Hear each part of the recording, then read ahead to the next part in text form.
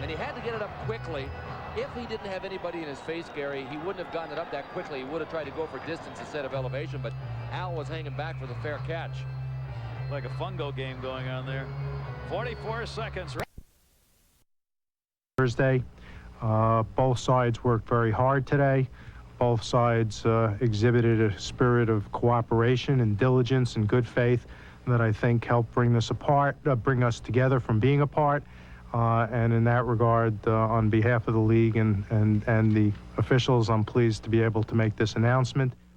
The Rangers' Alexei Kovalev wasn't penalized in Sunday night's game, but he has been suspended for what took place in the game and faces a league hearing on Wednesday. In Sunday's Rangers-Capitals game, Kovalev tripped Dale Hunter in what Caps coach Terry Murray called a cheap shot. On the play, Hunter suffered a torn anterior cruciate ligament and is out 4 to 6 weeks. There is bad blood between Hunter and Kovalev. Last season, Kovalev injured Hunter's brother Mark in a minor league game. Let's go to the action. Caps Islanders. Pierre Turgeon was ready for the first matchup between these two teams since last year's playoffs. The linesman is down. Lots of goals early. The Isles break in. Patrick Flatley finds Marty McGuinness, who shoots. On the rebound, Travis Green puts it in, his second of the game, and we are tied at 2. Then Darius Kasparaitis absolutely nails Al Iafrate, and then to the fights. Nick Fakota for the Isles, Craig Berube for the Caps. Lots of posturing, still no fighting until round 3. Berube with the takedown, he's your winner. Let's go back to hockey and some controversy. Watches the shot, deflects off Calle Johansson's skate. Referee Drew Taylor agrees with the Islanders, no goal. Then the Isles poured it off. Off the Rick Tabaricci save, Green puts it in, the hat trick for Green. Isles led 5-3, and then Derek King will sew up the win as he scores going down. It was the Caps that went down. The Isles win it 6-4 the final. King scored twice for the Islanders. It was their first win in 6 home games versus Washington since 1991. It was March of 1990, one of the most disturbing scenes captured by a television camera. Hank Gathers collapsing on a basketball court. Tuesday, a first cousin of Gathers, 17-year-old Joseph Maribel, died in nearly identical fashion. Maribel had just finished a full court practice when he collapsed. 911 was called. He was rushed to the hospital and 20 minutes later was pronounced dead.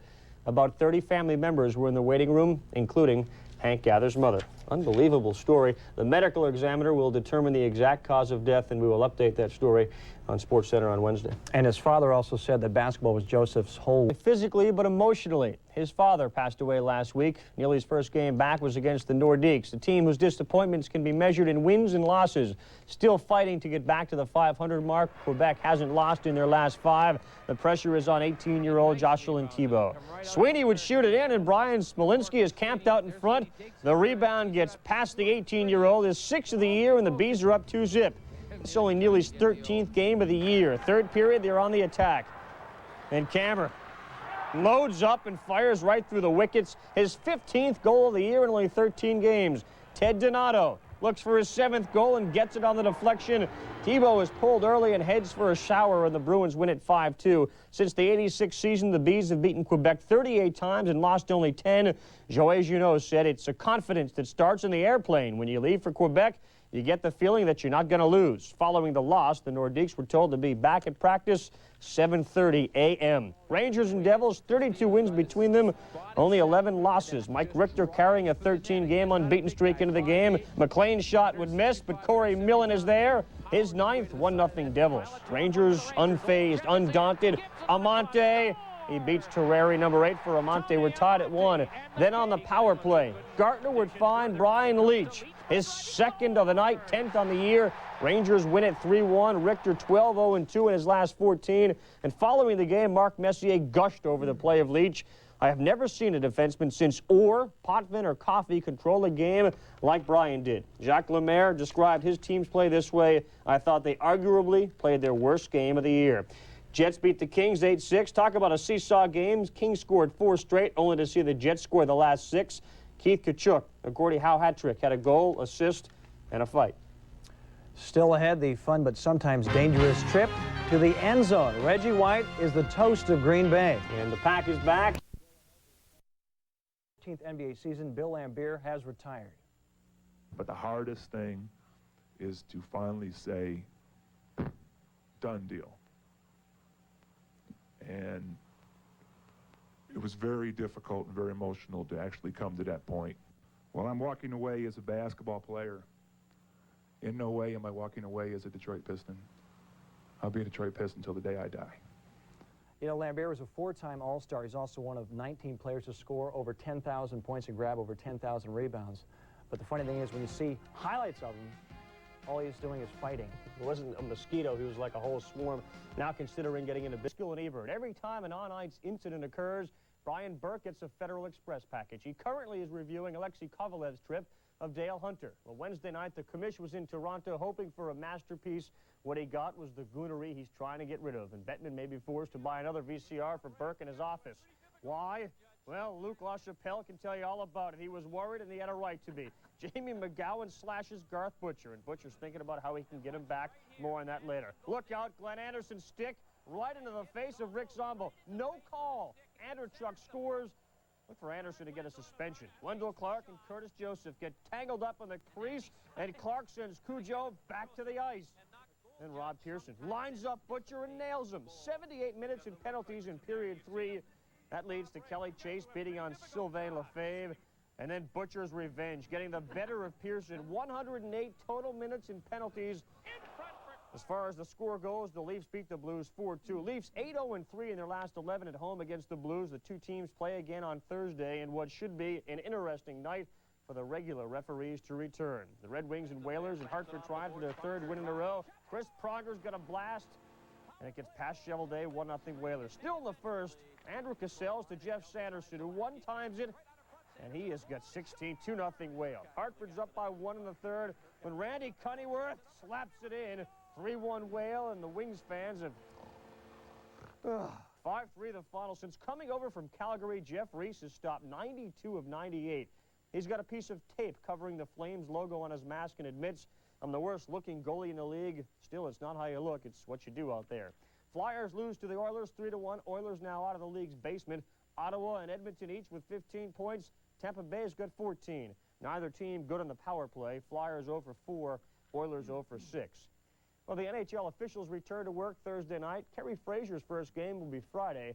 Wondering what the fans' reaction will be when he takes the ice, he said, if they cheer us, I'll know two things. They missed us, and you can bet they won't ever do it again. Starting salaries up across the board. Referees up 15,000, linesmen up 9,000. First-year refs will now make more than rookie baseball umpires and NBA refs. Those contracts both expire within the year. You think they were paying close attention to these negotiations? You betcha, Craig. You betcha. Back to pro hoops. Shout out Toronto. To the Thunderdome we go, and providing the offense for Hasek was Derek Plant. Period 2. Plant planted in front, takes the pass from Audette. 1-0 Sabres. Then it was Plant again in the second. Short-handed, he breaks in and beats Pupa, his 10th of the year. He would later add his third. Hasek made it stand up. Brian Bradley gets stoned in front. It's Hasek's second straight shutout. He is impressive. Terry Crisp of the Lightning. I've never seen us so brain dead. Plant has 11 goals and is doing a nice job filling in for the injured Pat LaFontaine. Tuesday night, Zumnoff did the hat-trick thing against the Kings. Pick it up, period 2. Peter Doris off to Anatoly Semenov. Ducks 3-0. This is what I want. Terry Yake off to Sean Hill. Off the stick, off the glass, off the stick, off the skate. Nothing but net. Stephen King gets the 9th goal. And the Ducks win. Stephen King gets the goal. Ducks win it 4-0. Final Ducks win it 5-2. It was 4-0 at that point. They're in good company, the Ducks, now tied with L.A. 9 wins, 20 points. Ron Tugnut stopped 19 shots in the third period to help preserve the win. Senators already with 1 win against the Canadiens this season. Jacques Devers doesn't want it to happen again. Bob Kudelski gets control of the puck in their lower left and watch Eric Desjardins' left foot. Kudelski shoots. Give him credit for the goal. 2-0 Senators. Then it's Kirk Muller. Desjardins redeems himself with the blast. Montreal closes to within 1 at 4-3. 20 seconds later, Dom Foose, Troy Millette finds it, and he beats Roy. Senators up 5-3. They go on to win it 6-3. Habs did outshoot the Senators 37-22, but Patrick Waugh struggled, and the toughest crowd in hockey let him know it with a chorus of boos. Kudelski now with 22 on the season. Well, Saturday in Lake Placid, Team USA will take on Russia, the current group of Americans hoping to duplicate the Miracle on Ice team of 1980. Wednesday night, the first of 8 exhibitions the two will play over the next 16 days. That's a big boy. 6'6", 264-pound Sergei Gomyaka. Second period, tied at 1. Dmitry Popov tripped up, still shoots and scores. Tied at 2. Late second, it's 3-2 Russia. John Lilly also gets tripped up in front. Watch the puck sort of just scoot along the ice and over the line. It is tied at 3. 90 seconds later, the pass deflects to Todd Marchand. He scores 4-3, red, white, and blue. They win at 6-3. Mike Dunham, solid in the net for Team USA, making 20 saves. Peter Laviolette, named captain of the U.S. team on Wednesday. He scored the game's 5th goal. As promised, when we come back, a look at the man in the black hat, the guy who might be responsible for the flagrant foul. He raised the ire of fans and announcers alike. He got the most out of the late Johnny Most. He pulled Bure to the ground, he slammed him to the ground, and Bure retaliated with a hard right hand to Laimbeer. Oh, the yellow, gutless way they do things here. They have been called a dirty ball club, and I can see why. He said, I'd be lying if I said I didn't like to see nice things written about me. That didn't happen very often.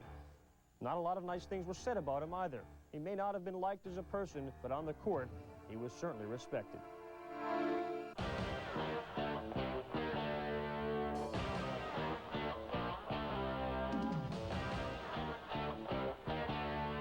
I'm just like the average guy on the street. I had a job to do, and I did it. Bill is probably one of the more irascible guys we've ever had in the league, hated by most people in the league, loved by his own player and his own coaches. He's a person that you love to hate. He was still an but you know, he was cool though. You know, you were able to talk to him, but his whole thing, he was about winning.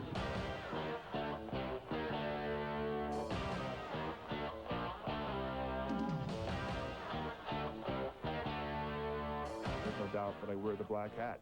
Somebody has to play that role. Fill up on my shoulders, I can handle it, no problem.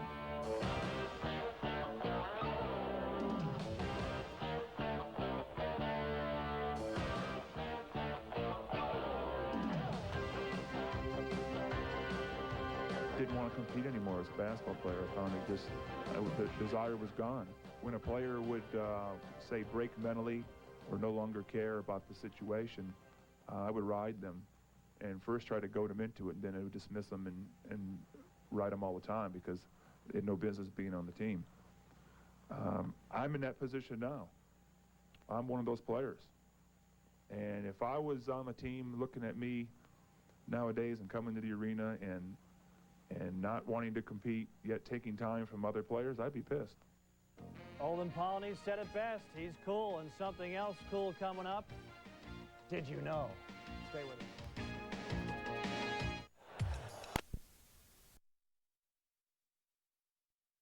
The teams went from 30 penalties down to 13. This game was scoreless in the first when Rick Zombo's blast.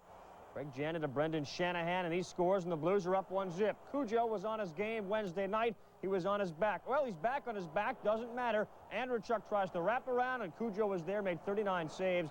Later in the first, Glenn Anderson to Andreychuk. One-timer past Joseph. Leafs win it by 1 at 5-4. Jamie McCowan's game winner came with 2:11 to go. He has scored 70 goals in 730 games.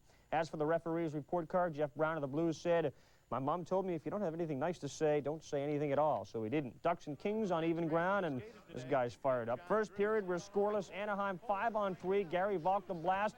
Doris is there for the rebound, and he just gets it under Rick Knickel's pad as it trickles in. 1-0. Ducks to the third, tied at 1. Watch Yari Curry with a slap shot just past Guy Bear's shoulder. That is a blast. 2-1 Kings. Later in the third, Luc Robitaille to Curry, who scores the insurance goal, his second of the night, 12th of the year. Final in the game was 3-2, 6-game losing streak snapped by the Kings. No longer tied with the expansion Ducks in the Pacific Division. Referees were busy in this one, 29 penalties. Devils unbeaten in their last 7. Ron Hogarth happened to be back, and so was this guy. Yaroslav Modry, the shot beats Reggett. That's his first NHL goal. Devils up 1-0. Chris Terreri came up huge in the nets, and he has all season. Straka's robbed with a pad, and then watch the great save on Jaromir Jagr. He misses with a stick, stays with it with the glove. 2-1 Devils in the second. Jagr gets him back.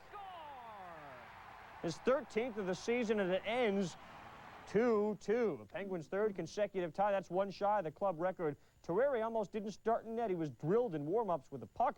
Fell to the ice. He ended up making 28 saves. Craig? Back to hoops. They met in the NBA Finals back in 1978-19. On their own problems, they wrapped it up by looking forward to meeting Dominik Hasek. The Sabres goalie hadn't given up a goal in 2 games. Will the streak continue? Scott Mellenby finds Gordon Murphy, and the streak ends. Just under 135 minutes of shutout hockey. John Van Vriesbroek was impressive in front of the net, sliding, skipping, saving everything. Controversy, end of the game. The Beezer would make the save. Derek Plant knocks it out of his glove. When did the whistle blow? Was it quick?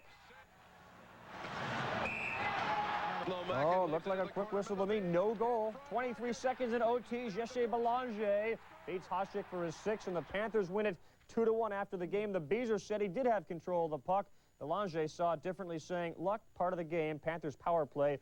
Goal was their first in 19 attempts. The Bruins only 2 losses in their last 12. Hextall helping out his offense. Remember, he scored his only goal against the Bees. Well, here he gets an assist to McInnes, who beats Casey.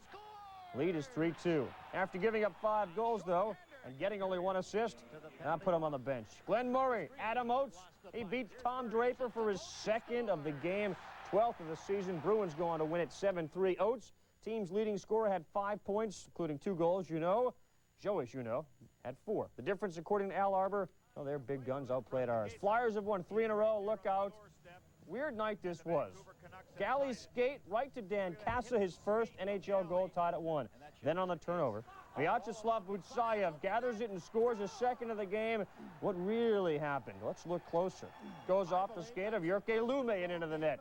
Another weird one.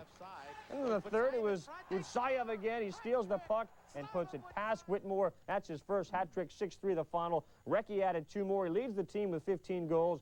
Butsayev was thrown out late in the 3rd for cross-checking. Correct? Back to hoops, and Michael Jordan recently said Magic.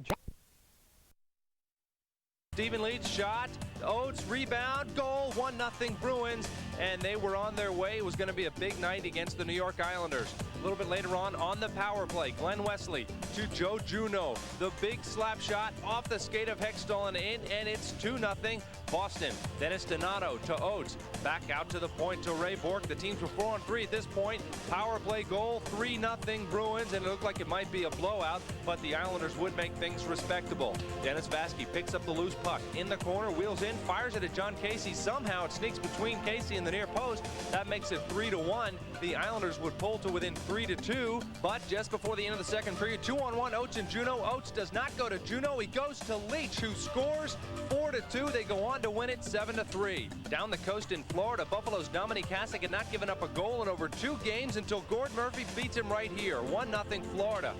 Then John Van Vriesbroek would be tremendous for Florida, stopping everything in sight. 33 saves last night. It was 1-1 late in the 3rd period when controversy struck. Derek Plant will knock this puck out of the Beezer's glove and into the net, but they said no, the whistle had blown. So we go to overtime. The Panthers looking for the kill. Hasek can't control the rebound. Jesse Belanger gets the goal. 2-1, Panthers win it. Out in Vancouver, the hard-hitting Flyers were in town. Watch the luck the Canucks have. The pass right there off the skate to Dan Casa, his first NHL goal. But the Flyers would get some of that luck too. Vyacheslav Butsayev would get the goal off Jyrki Lume's skate. Then it's Butsayev again. He scores the hat trick. The Flyers win it 6-3. Great Western form, Ducks and Kings. How does this puck get by Rick Knickel? 1-0 Mighty Ducks. It was 1-1 in the 3rd when Yari Curry beats Guy Hebert top shelf. That made it 2-1 Kings. A little bit later on, it's Curry again, beating Hebert again, and it's 3-1 Kings. They win it 3-2. A couple former Patrick Division foes last night in the Igloo in Pittsburgh. Who in the world is Yaroslav Modre? Well, the Penguins know him now. His first NHL goal, 1-0 Devils. Then Bruce Driver, what a tremendous pass to Bobby Holik, 2-0 Devils. But late in the period, Martin Straka to Stevens, the shot, the block, the goal. That makes it 2-1 after 1 period. Watch Chris Terreri. He stops Jaromir Jagr with a fabulous save. He was great all night long, but Jagr would get some revenge. He's going to beat Terreri right there over the shoulder, top shelf. The Penguins get their 3rd straight tie and extend their unbeaten streak to 7. Al? All right, Phil Lazo, thank you very much. The National Hockey League strike falls on his left knee, and you'll see the problem that Dale Hunter has as he goes down, all the pressure on that left knee. Torn medial collateral ligament. He will be gone 4 to 6 weeks. the Capitals certainly will feel the loss of Dale Hunter greatly, as a man who just had come back into the lineup after the 21-day suspension. His first game back last Friday night comes up with a pair of assists as the Capitals and Pittsburgh Penguins skating. If not for Patrick Roy. Do you feel any extra pressure knowing that you are the key guy in Montreal? Well, first of all, without Jacques Demers, there's no way we would have won last year, because it was 2-0 for Quebec, and he was believing in me and gives me all the confidence that I needed to make a good comeback, and he's been to me the MVP for us in the playoffs. He was outstanding. He did things different than in the past, and make sure that everybody was very confident out there. Now, this season, as the Stanley Cup champions, your team has had some trouble at home, losing twice to Ottawa, once to Florida. Is that a case of those teams being so fired up to play against the Canadians, and you guys maybe not taking those games as you might Pittsburgh Penguins to the Boston Bruins? Well, you know, it's never fun to lose games, but, you know, it's better to lose those games at the beginning of the year and regroup and realize what we're doing wrong. You know, we're not happy the way we play so far, but you know, it's not that bad. I mean, we're close to play well, and I think the only point is we didn't put consistency on the ice, and that's what we have to do now. And you know, we're on the road now for the next 2 games, Washington and Boston, and it'd be interesting for us to get something going on that trip. Now, since you came into the league, so many young goaltenders have emulated your style. Dominic Roussel comes to mind now, Jocelyn Thibault with the Nordiques. How do you feel looking down at the other end and seeing these guys playing a Patrick Roy style? Well, you know, I'm very proud and I'm very happy that some goaltenders copy a bit my style, because it was the same thing for me when I came in. I mean, Daniel Bouchard, a guy like Rogie Vachon, they were my favorite goaltenders, and I copy their, you know, I copy a bit of their style. And that's fun to see young goaltenders start to do that. Now, I know you're a big collector of hockey cards. How much is a Patrick Roy card worth these days? Well, you know, I don't look at the price. I does that for my pleasure and you know, as a hobby, and I really enjoy it, because it's funny when you go by 8 years back and see the players were in the league at the time and say, hey, I can't believe I played against that guy, and oh, that guy was for that team, and it's very interesting to see the stat. I love the stats, you know, of players play as much as in hockey than in baseball, and I really enjoy doing that. If there's one card that you wish you had that you don't have, what would that be? There's no doubt I'd love to have the Bure rookie card. I mean, it's Bure was probably the top player in NHL history, and he was a great player. I mean, and his rookie card is something, but it's very tough to find, and everybody expect big price for them. And but you know, one day it'll come. Patrick Roy talking with Kenny Albert earlier in the day. When we continue on the Capitals report, John. That's a soft goal let in by Rick Tabaracci. That's one he would like to have back, but the way things have been going for the Capitals, these things will happen. And here's a shot once again from the bad angle, gets through the stick, goes through the 5-hole. The Canadians off to a 1-0 lead. Guy Carbonneau, the 12-year veteran, scores his 4th of the season. And to the deflection in front, it's John LeClair. Well, John LeClair, he's sort of like a sleeping giant. He came out of the playoffs last year, came to camp in great shape.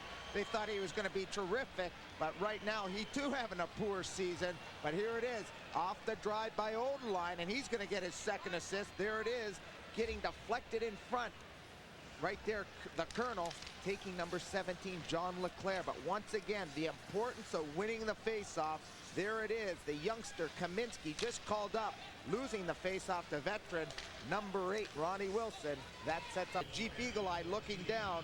There's the initial shot by Kelly Miller, and look at Mike Ridley, wide open net with the defenseman standing there, trying to get the puck away, Matthew Schneider. But Mike Ridley, after giving Kelly Miller a nice saucer pass right on the stick, he gets a shot away. Mike Ridley. Roy to stop it, and hops over this return, and Roy, and up by Roy. 2nd great opportunity of the night for number 17, Mike Ridley. Here's the drive by Iafrate.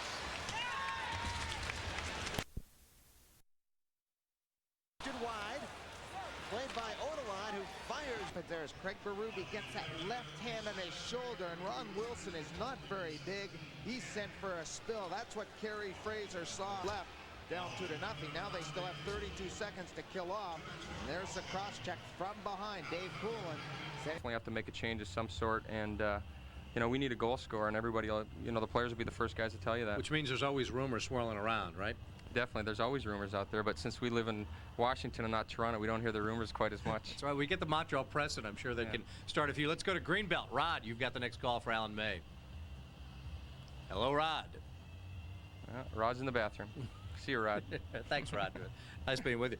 Is that a situation that's always the case, though? Aren't rumors swirling around, or is it only when teams are struggling, you know that there's a goal scorer that's got to be added to this club? Is it a typical situation, or is it just simply because of the losing streak? Anytime a team's in a tailspin, there's always rumors that are started, and you know, but after a while, you know, it definitely has to come. Something has to come to fruition, and you know, we're not putting the puck in the net right now. We've got two great goalies, Donnie Beaupre and Rick Tabaracci, who's played great all year long, and these guys can't continue just to let 2 goals in a night. You know, it's not going to happen. I don't care if you're Patrick Waugh, Ken Dryden came out of retirement. It's not going to happen. You got to get 4 or 5 goals a game if you want to win in this league during the regular season. Let's go to Mike in College Park. You're on with Alan May. Hello? Yeah, go ahead. Hey, how's it going? This is Robbie from Lanham. Oh, Robbie, okay. How are you? I just want to ask Alan what he thinks about Kovalov's suspension. Well, you know, to tell you the truth, last year that wouldn't even have been a suspension. It's unfortunate Dale got hurt. Maybe the guy should have got a couple games, but we can't blow it out of proportion to say that he deserves the same punishment as Dale. Dale was, the league was trying to set a precedent, and I don't believe that was fair, but it's over and done with. And the biggest blow now is that Dale's out 3 to 6 weeks, and it didn't matter if Kovalev did it or not. You know, he's out 3 to 6 weeks, and we have to deal with it. To change your the way you play anything? Do you keep a little closer eye now on what may be a suspension, what may, in this new supposedly tighter policy run in the National Hockey League with Brian Burke? Well, I think hockey, if they keep doing what they're doing right now, as far as the amount of penalties they're calling and the way the suspensions are going, it's going to be like Disney on ice out there. It's going to be pretty, but it's not going to be pretty to watch. The whole theory of trying to crack down on some things, additional suspensions, maybe the instigator penalty, was to try and make it a more physical game with kind of doing away with some of the fighting. Did it work at all? I mean, has it changed it to any great degree? Nah, us guys that get, you know, drop our gloves and get in the odd fight or the odd 30 fights a season, we're kind of like criminals. We're good. We know how to break the rules and how to get by, and it didn't take us long to figure out how to get at it out there and how to drop our gloves without getting kicked out of the game. And you can see now that what is the trick? The trick is just to drop your gloves and ask for a fight, or ask for a fight before you just don't go after the guy before like you used to and just swing away and expect the guy to drop his gloves. Now you just kind of have to be like an old gunfighter. You got to take your 10 steps and turn around and shoot. So that's what it's come down to, and fighting's on the rise again. And I don't think the league intended it that way. I don't know if they wanted to pull the shade over the fans' eye who didn't want to see the fighting, but it's definitely on the rise. And I don't know, I don't hear too many people complaining about it other than the people that don't go to hockey games and who will never go to hockey games. Let's go to Arnold, Maryland. Mark, you're on with Alan May. Hey, how you guys doing tonight? Hey, listen, I just got a quick question regarding fighting and the spontaneity of it. Is a lot of it a result of the clutching and the grabbing and the frustration of, I notice a lot of holding the stick that goes on this year comparative to years past, and I'm wondering how much of that is a result in fighting. Well, I really don't think that has a whole lot to do with it. It's frustration, but it's not from the minor things like clutching and grabbing, the hooking. That certainly isn't it. It's the exception to an elbow in the head or a stick up high, and you know that's what you call spontaneous fighting. And you know, that's the way we want it, and that's the way everybody likes it. And we don't like the things that are pre-planned. You know, the coaches that tap the guys in the shoulders and send them out, and hopefully that's over and done with. But obviously it's not. And you know, but you know, the games came a long way as far as fighting concerned. We've cleaned up on the 5-on-5s and the line and the bench clearing brawls, and that's really what we wanted to eliminate in the first place. We don't want to get rid of it totally. Alan, hope to see you out there soon, dropping the gloves or whatever it takes. Alan May filling in for David Poyle on the David Poyle Report. More intermission activity coming your way as we step out for these messages on HTS. So the rookie Pierre Sevigny with a good opportunity, and there is Brian Curran of the Capitals. kept Fraser. Keith Jones looking to stuff it past Waugh. And there is Keith Jones. He is there looking to center for Kaminsky. Kaminsky ran into Daniel, but J.J. Daniel may have gotten the elbow up. I think he might have been also pushed into J.J. Daniel, and that's why he fell down. And Lyle Odeline being talked to by the referee, Kerry Fraser. Here's J.J. Daniel going back for the puck. And there it is right there. Lyle Odeline, he's the culprit. He's going to get nailed with a minor penalty from Kerry Fraser. It'll either be for hooking or cross-checking. And there as he comes in, right there, he gets a stick under his arm. He hooks number 23, Kaminsky. And Kaminsky, you could see his eyes light up. He wanted to put this guy through the glass. He didn't get to, but the Capitals are going to go to an all-important power play. 78 beats Miller to the loose puck, bangs it up the boards.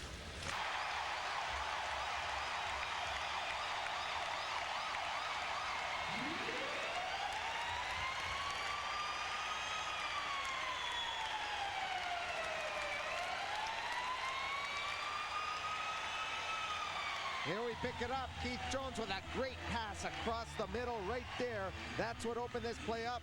Dave Poulin getting that pass right there from Pat Peake. And I think Dave Poulin's going to get credit for this goal. And we talked about him at the top of the show. The two Ps, Pavanka and Poulin, have to come through. And here's the reverse angle. This pass to Peake is a beauty. And Peake, instead of shooting, sees Dave Poulin, and he puts her home. Dave Poulin scoring his second of the year, first since opening night in Winnipeg. So Dave Poulin with his first goal here. Brady is really playing rough tonight, not getting much ice time, but when he's getting out there, very physical against Kirk Muller. Team taking a look at Rick Tabaracci, and now Brady with that quick left to the face. Muller back with a left of his own. They're both off in the penalty box. And it is 2 minutes apiece for roughing at 13:01. Greg, the official strike settled earlier this week. Great. But offside.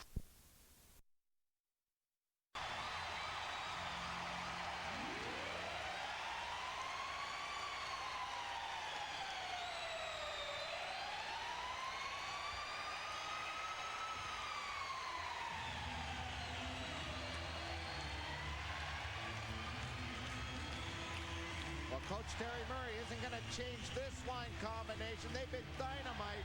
A nice shot by the point. Gets deflected in front by number 26, Keith Jones. He should get an assist on the play. And there's Pat Peake's celebration. Should read Cote from Jones. Peake puts her home right there.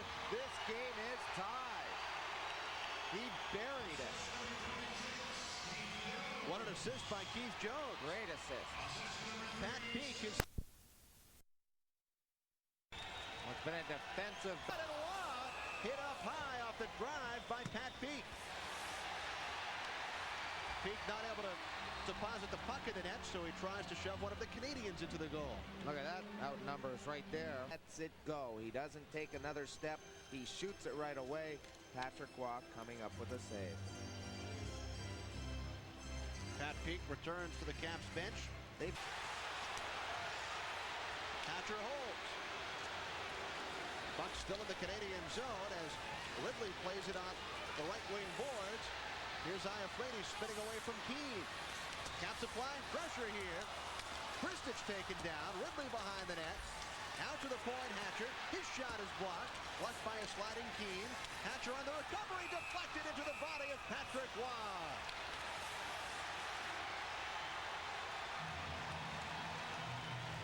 I don't know how he stopped that. So far this regular season, losses to Pittsburgh and Ottawa.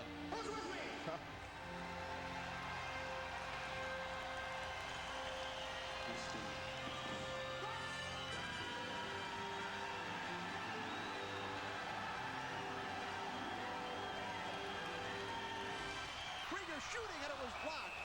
Puck winds up out of it in front. And the Canadiens move it back with 21 seconds to go. Here's Keane from outside the blue line. His shot was blocked. Mullet by Keane. Keane in front. Tabaracci, it's behind him, and he's able to clear the zone. With Matthew Schneider approaching, Rick Tabaracci saves the game for the ends. Rick Tabaracci and Patrick Waugh, 24 saves apiece. Pat Peake with the tying goal. Midway through period number 3, Rick Tabaracci accepting congratulations from his teammates as the Caps and Canadians skate to a 2-all tie. And Al Koken is standing by downstairs now with a special guest. Al? All right, Kenny, thank you very much. They've just made the announcement for the 3-star selection. The #1 star of this game, our star of the game as well, Pat Peake. This team definitely needed a lift, and I thought you and your line really gave it to the Capitals tonight after kind of a disappointing first period. Yeah, it was. We got out of the gate real slow. They first 5 minutes, I don't think we had a shot on net, and they were all over us. And, you know, we got to come ready to play the whole 60 minutes. Let's take a look at the goal that Pat Peake scored to tie this game up. Great work by your line mates, Dave Poulin and Keith Jones. Yeah, I think the puck just went back to Coco there, and he just got a shot off of the net, and I was just camped out to the side there. Fortunately, got a good break, so it's nice to get some bounces. We take another look at it with Sylvain Cote making, and Keith Jones makes a great play there. Yeah, he sure does. He was in front, causing a lot of traffic, and tipped the puck over to me nicely. We also thought you had a chance possibly to win this game for the Capitals. You had a pretty good scoring chance late in the third period. Yeah, this is right after faceoff. There was a 4-on-4, and Dave told me to go forward there right after faceoff, and he made a great play, beat the guy, and put the puck right on my stick. I just couldn't get it past wrong. With the injuries to Dale Hunter, Peter Bondra, there's a lot of line shuffling going on. Have you played much as this combination with Poulin and Keith Jones? No, actually, it's the first game I played with the two of them, but you know, things worked out pretty well tonight. We'll see what happens tomorrow. With the team struggling to get some goals, does it add a little pressure? I mean, you've got enough pressure being a rookie in the National Hockey League, but everybody's looking for you to pop in goals like you did tonight. Does it add a little bit of tension to your game? Yeah, I think so. I think you know, that's what I'm here for, is to produce, and you know, that's a job I have to do. So I've been, you know, I've played a few games in the league now. I should be adjusting a little quicker than what I am. So I just have to come mentally prepared and you know, and produce every night. Well, Pat Peake certainly produced this evening, gets the tying goal as the Capitals pick up a big point over the defending Stanley Cup champion Montreal Canadiens. Pat, thanks for being with us. Thank you. Pat Peake. Let's go back up to Kenny Albert and Craig Laughlin. Thanks, Al. Pat. It's a beautiful move on the helpless Hextall. 3-1 Quebec there, and they hang on to win 3-2. Garth Snow stopping 24 shots in his NHL debut to help the Nords. Canadiens at the Caps in the first. Guy Carbonneau winds and blasts one past Rick Tabaracci just 2.5 minutes into the game. So the Canadiens with a 1-0 lead. In the second, Caps skating up. Michael Pavanka breaking in all alone, but Patrick Roy comes up big, and Jacques Demers, we think, likes it. In the third, 2-1 Montreal, Sylvain Cote throws one in front. The puck deflects to Pat Peake. The open net goal. The game is tied at 2. Late in the third, still knotted at 2. J.J. Daigneault robbed in front by Tabaracci, and they skate to the 2-2 tie. So the Caps fall behind early, but they blank the Habs the rest of the way to salvage the tie. And the Nats and the Red Wings at Joe Louis, scoreless in the first. Greg Johnson in the corner circling, will center a pass to Paul Coffey, streaking in, and he scores 1-0 Detroit. In the second, it's 2-0 Red Wings. Mike Sillinger and Sean Bure work the 2-on-1. Bure tries a backhand pass. It's deflected, and it's out in front of the net. Ottawa goalie Darren Manillet can't get the loose puck. Bure knocks it in, 3-0 Detroit, and wow, the Red Wings really on their way, 8-1. Coffey led the assault with a goal, 2 assists, and rookie Chris Osgood came within 4 minutes of his first NHL shutout. The Osgood file, as it were. Osgood slaughter. Great passing. Keith Jones, Pat Peake, Dave Poulin. That's Poulin's first goal since the first game, made it 2-1 Canadiens. Then in the third, the Caps come back, keep the pressure on. Sylvain Cote's shot deflected right to Pat Peake. Peake with the easy goal. That tied it at 2s, and that is how it ended. A 2-2 tie, so that string again. Real quick feet, and he's able to recover. The team tries to work the puck to the far side of the ice, and then find a way to give it to Babukin, who just waits there. Dunham knows he's over there. Great pass, great shot, wonderful save as Dunham's right leg just slides across, jams his foot right up against the goalpost, and a brilliant save. Dunham's looking at the passer. He sees the puck. Oh, man. Puck right on the goal line. The leg actually inside. Again, Dunham knowing that on the power play for Russia, you have to be sharp. You see the players killing the penalty collapse. There's the catching glove save. Gretzky has the puck. You see the traffic in front. Actually, a good view. And the big catching glove.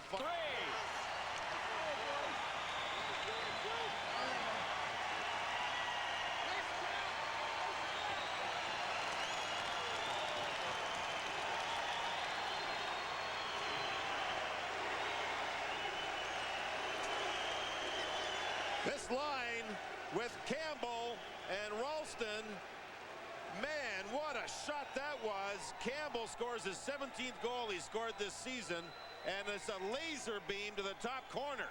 There you see Campbell pick off the pass, the shot up top. Brilliant pass. It was Lazaro who had moved across to throw the body to make the pass not go to where it was supposed to. Campbell read it. And the Montreal Canadian property, who I here think that Campbell will be a great pro in the national. Another shot directed right into Suyev by Darby Hendrickson. Chris Ferraro punched it along the boards. Hendrickson wrestled away from it. Still they scrap along the wall. It is Sacco, unable to get a pass away. Hendrickson couldn't get to the front, and the Russian players box. We hope he's all right. Wonderful passing combination. Splendid save on Travis Richards, who had the pass from Beaupre. Bang, bang, and connecting Dmitry Popov. These are the types of games that Team USA's coaching staff will look at. They'll look at the tape, and they'll discuss with their team exactly what happened. This is a neutral zone face-off. Everybody should have a man, but it doesn't work that way. And all of a sudden, it's a 2-on-1, a beautiful little pass across, and Mike Dunham just doesn't have a chance on the play. On face-offs, you have to know what to do if your team wins the draw, and you have to know what to do if your team... Yeah, with a pass across, and it's the pass. Down the front, unable to reach it was Chris for Russia. Mike, a very strange goal here, and the fact that I think Team USA got caught on a change. Perhaps not thinking that there was going to be offense by the Russians at the time. You'll see the puck moved here. The save is made. Now watch the Russian players go right through the middle, as on the left side, two USA players were with one. Crowley, the defenseman, may have thought about going over for a change. The catching glove is very low. You see the shot go right up over top. Finds the net, and it is 6-4 Russia. Probably the best all-round defenseman for this team is Tortishny, and you see all the different players touch the puck, and then finally from the pass behind the net, Tortishny scores. Now big number 13, Gomayako, he cleared the front of the net by skating through, and that allowed Tortishny to move in front. Dunham sees it, but he can't move the body across. That was a fine, well played. 6-5.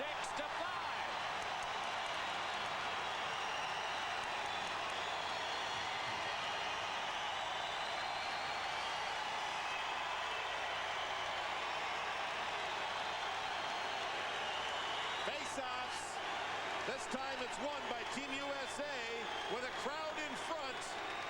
The puck goes right through and underneath. The goaltender, Zuev, and the defense come to the rescue. Laviolette with a great shot. He made sure he kept it low. He made sure he put it on the goal. In fact, it was right in the middle, and through traffic it went.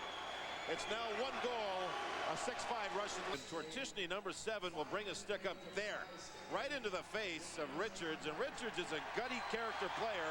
Now the goaltender, while this was happening, knew his team was going to get a penalty, so he just knocked the net off the mooring. And that's when the referee blew the whistle. He could have had a minor too.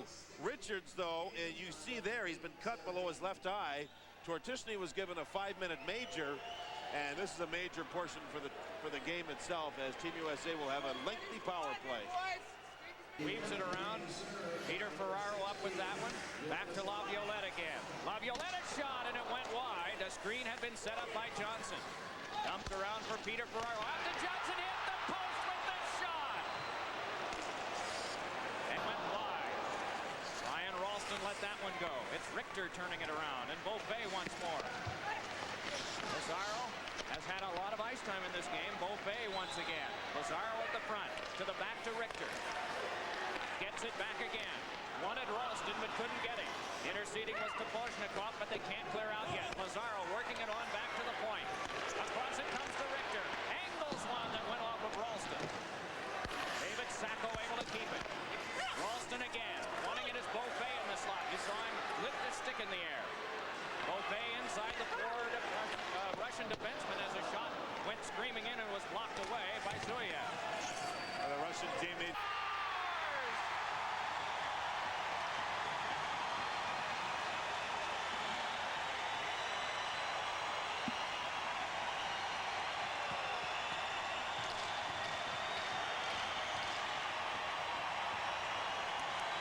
The puck is back at the point. Watch in front of the net.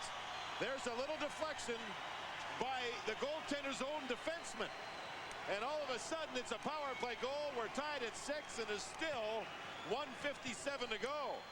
Ted Crowley out of Boston College, a guy who actually ordered a pizza one time between periods of a game, gets credit, I would believe, for the 6-6 tying goal. And again, Mike, when the goal was scored, the goaltender was dealing it in deep. Campbell working it around. At the front of the net, Lazaro. Sacco. Across for a shot that is blocked away. Davidov got his leg on that one. Ryan Ralston turning. Worked over at the front of the net was Lazaro. Off of Campbell. Rushed loose by Richter. Campbell again. But it's lost to Davidov, who shovels one ahead. Kept alive by Richter, but at least it slows things down. 10 seconds left power play. Moving on is Gretzky. Gretzky a pass across. And great save with his right pad to keep it tied at 6. Now, that's how he saw it. Now, this is his mom.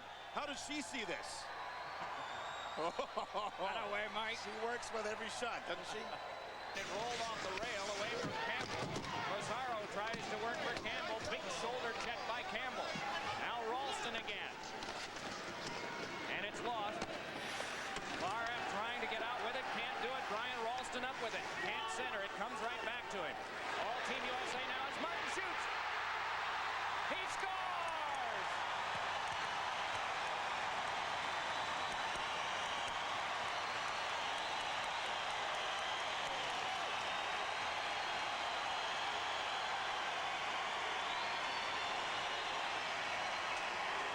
The puck was in and out in an instant.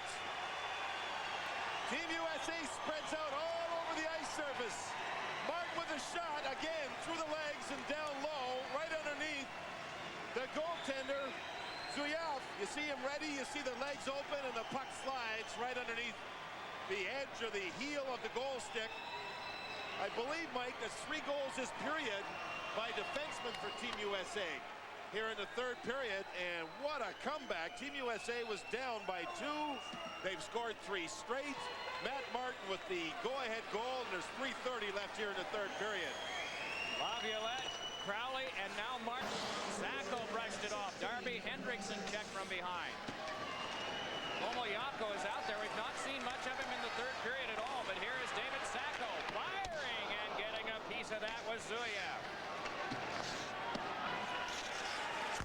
Another shot, and that ricocheted wide. Letting that one go is Fred Howard. As long as they can keep play back in the Team Russia end of the ice, Team USA will be happy, because now the scoreboard and the clock in the middle of it is on their side. 7-6 with 2.5 to go in the 3rd period. Russia attacking again, but the puck was spiked away. Here is Lily firing, and getting a piece of that is Zuyev. Team USA coming on hard here at the end. 3 unanswered goals to come from 2 down and take a 1-goal lead. Clock ticks down to 2 minutes to go. Astra Concept couldn't come up with that one, and then he goes sprawling on a check by Laviolette, who looks him eye to eye. Dumped all the way back down. Nicolin back for it. Turned around for a moment by Campbell. Nicolin, the man who was injured in the 2nd period, has been playing a regular shift here in the 3rd. Offside. Stops the clock. Peter Ferraro, a shot and a save made by Zuyev. So at least the question was in his mind, do I come off for an extra man or not? Astra Concept stepping ahead. Shoveled one well wide. He's all the way out to the hash marks right now. 1:15 to go. Knife down by Nicolin, and play is stopped. Puck played by a high stick, and that's the reason with 1:11 to go. It's the difference in philosophy. Goaltender is all the way out to the blue line, so the intention is he's going to come off sometime, but Chris Imes is up with it, dumps off for Campbell, who just ladles it one-handedly back out. 44 seconds to go, and Suyev has to stay in. Team USA ahead in the game, 7-6. Jim Campbell unable to get by, but he's consuming a lot of time. Pass for Lazaro, it's tipped away. Ralston is shot, and that knocked down. 28 seconds to go. The Russians will have to hurry. They don't have it. It's Ian Moran back. Dumps it back in. In the last 15 months, a guy by the name of Dunham has lost only 2 games. 1 in college and 1 for Team USA. 15 months. 7-6, his team is ahead. And they have won.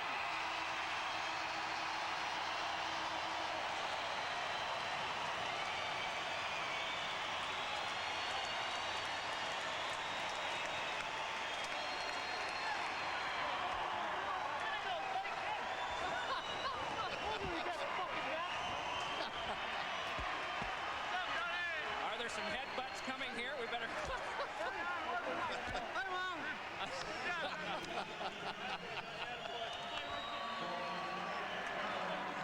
Well, there will come now the handshakes at center ice, and then eventually the playing of the Star-Spangled Banner. The final score in the game, Team USA 7, Team Russia 6.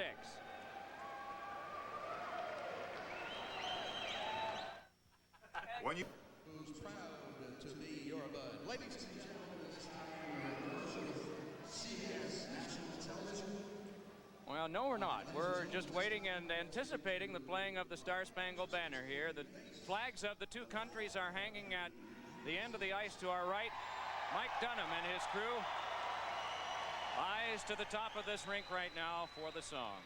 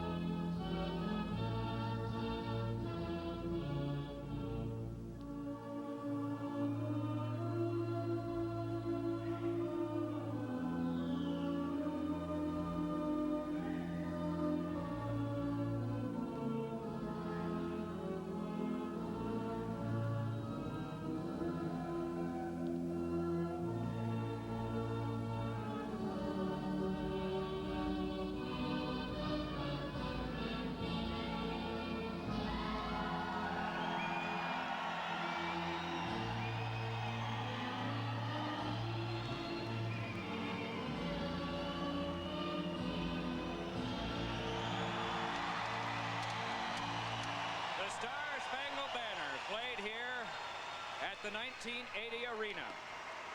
Tim Taylor's group.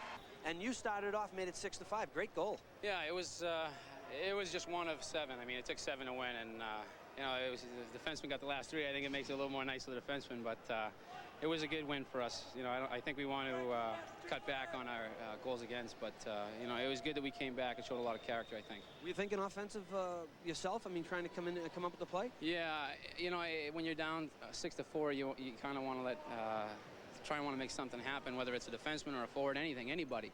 Try and step up and make a little offense happen so we can get back into the game. And I mean, it just worked out that it was me this time. So, but then, you know, we had a couple big goals after that, Teddy Crawley and Matty Martin to win the game, and it was just a good for the team, I think.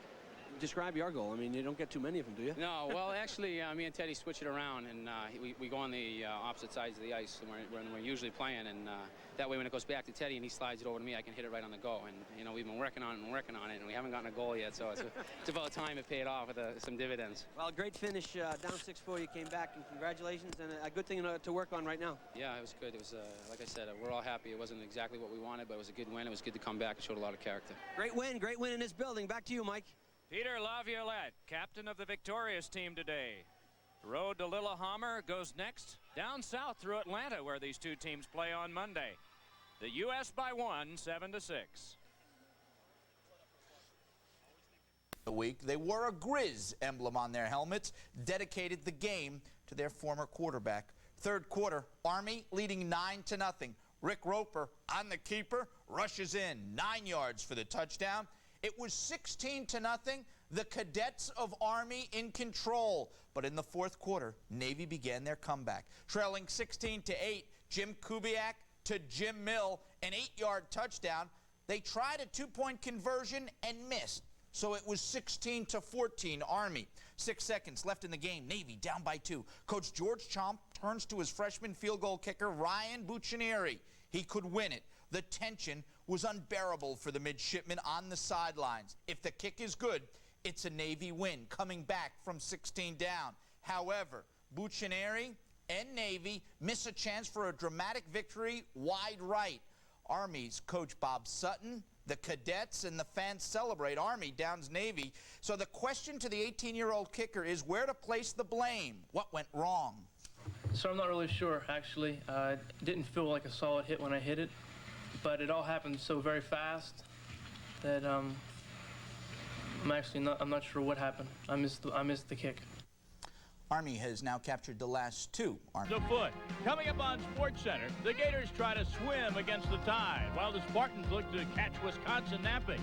They were flying high at the Hoosier Dome and looking good in Cleveland. They were looking for more elbow room in Philly, while the Kid had a crash landing in California. Hey, don't wave us off. Don't let things slide. Hey, enough levity now. This is serious business. SportsCenter is next.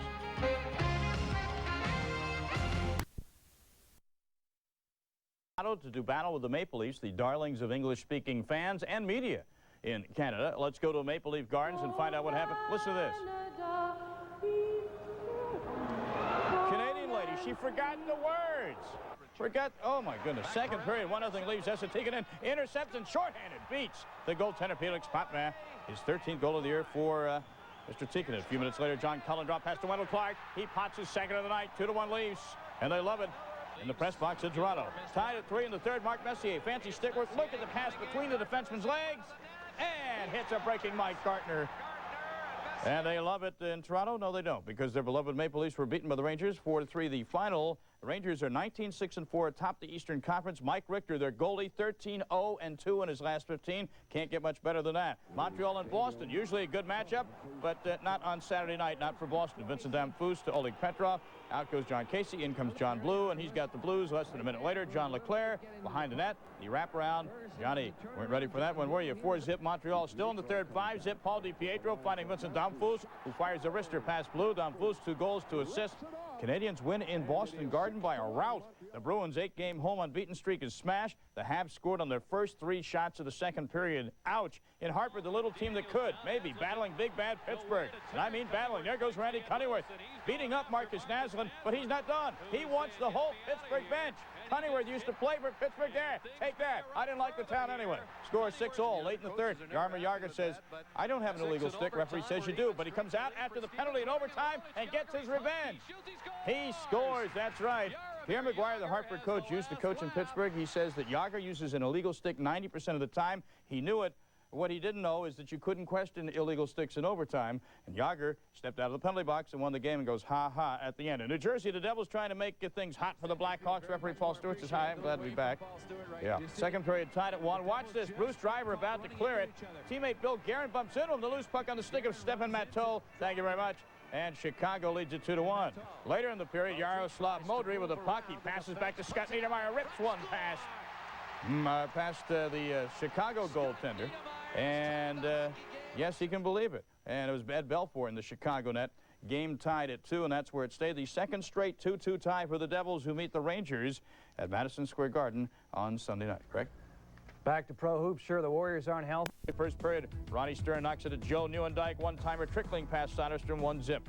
Second period, it's 2-0. Nieuwendyk streaks in a breakaway and scores in the backhand, his second of the game, 16th of the year. An easy night for Mike Brenner of the Flames, making a save on Dmitry Yushkevich.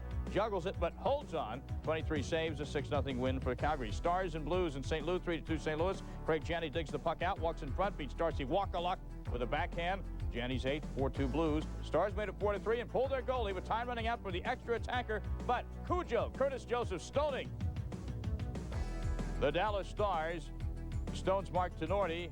Now Barry Melrose in L.A. His L.A. Kings team, what's wrong with them lately? I don't know. Tampa Bay Lightning on the power play. Klima to Cole, who scores. That made it 5-4 Tampa Bay. Less than 10 seconds to go. Gretzky feeding Robitaille. He hits the crossbar. Such is life for Melrose and the L.A. Kings. Terry Crisp loves it. Can't look. Oh, hey, the game's over, Terry. You win it. 5-4. They win it. Quebec. And Andrei Kovalenko's 2 goals, beating Vancouver 3-1. Washington all over Ottawa. Dmitry Kristich, you see, had a big night as well. Back to school after.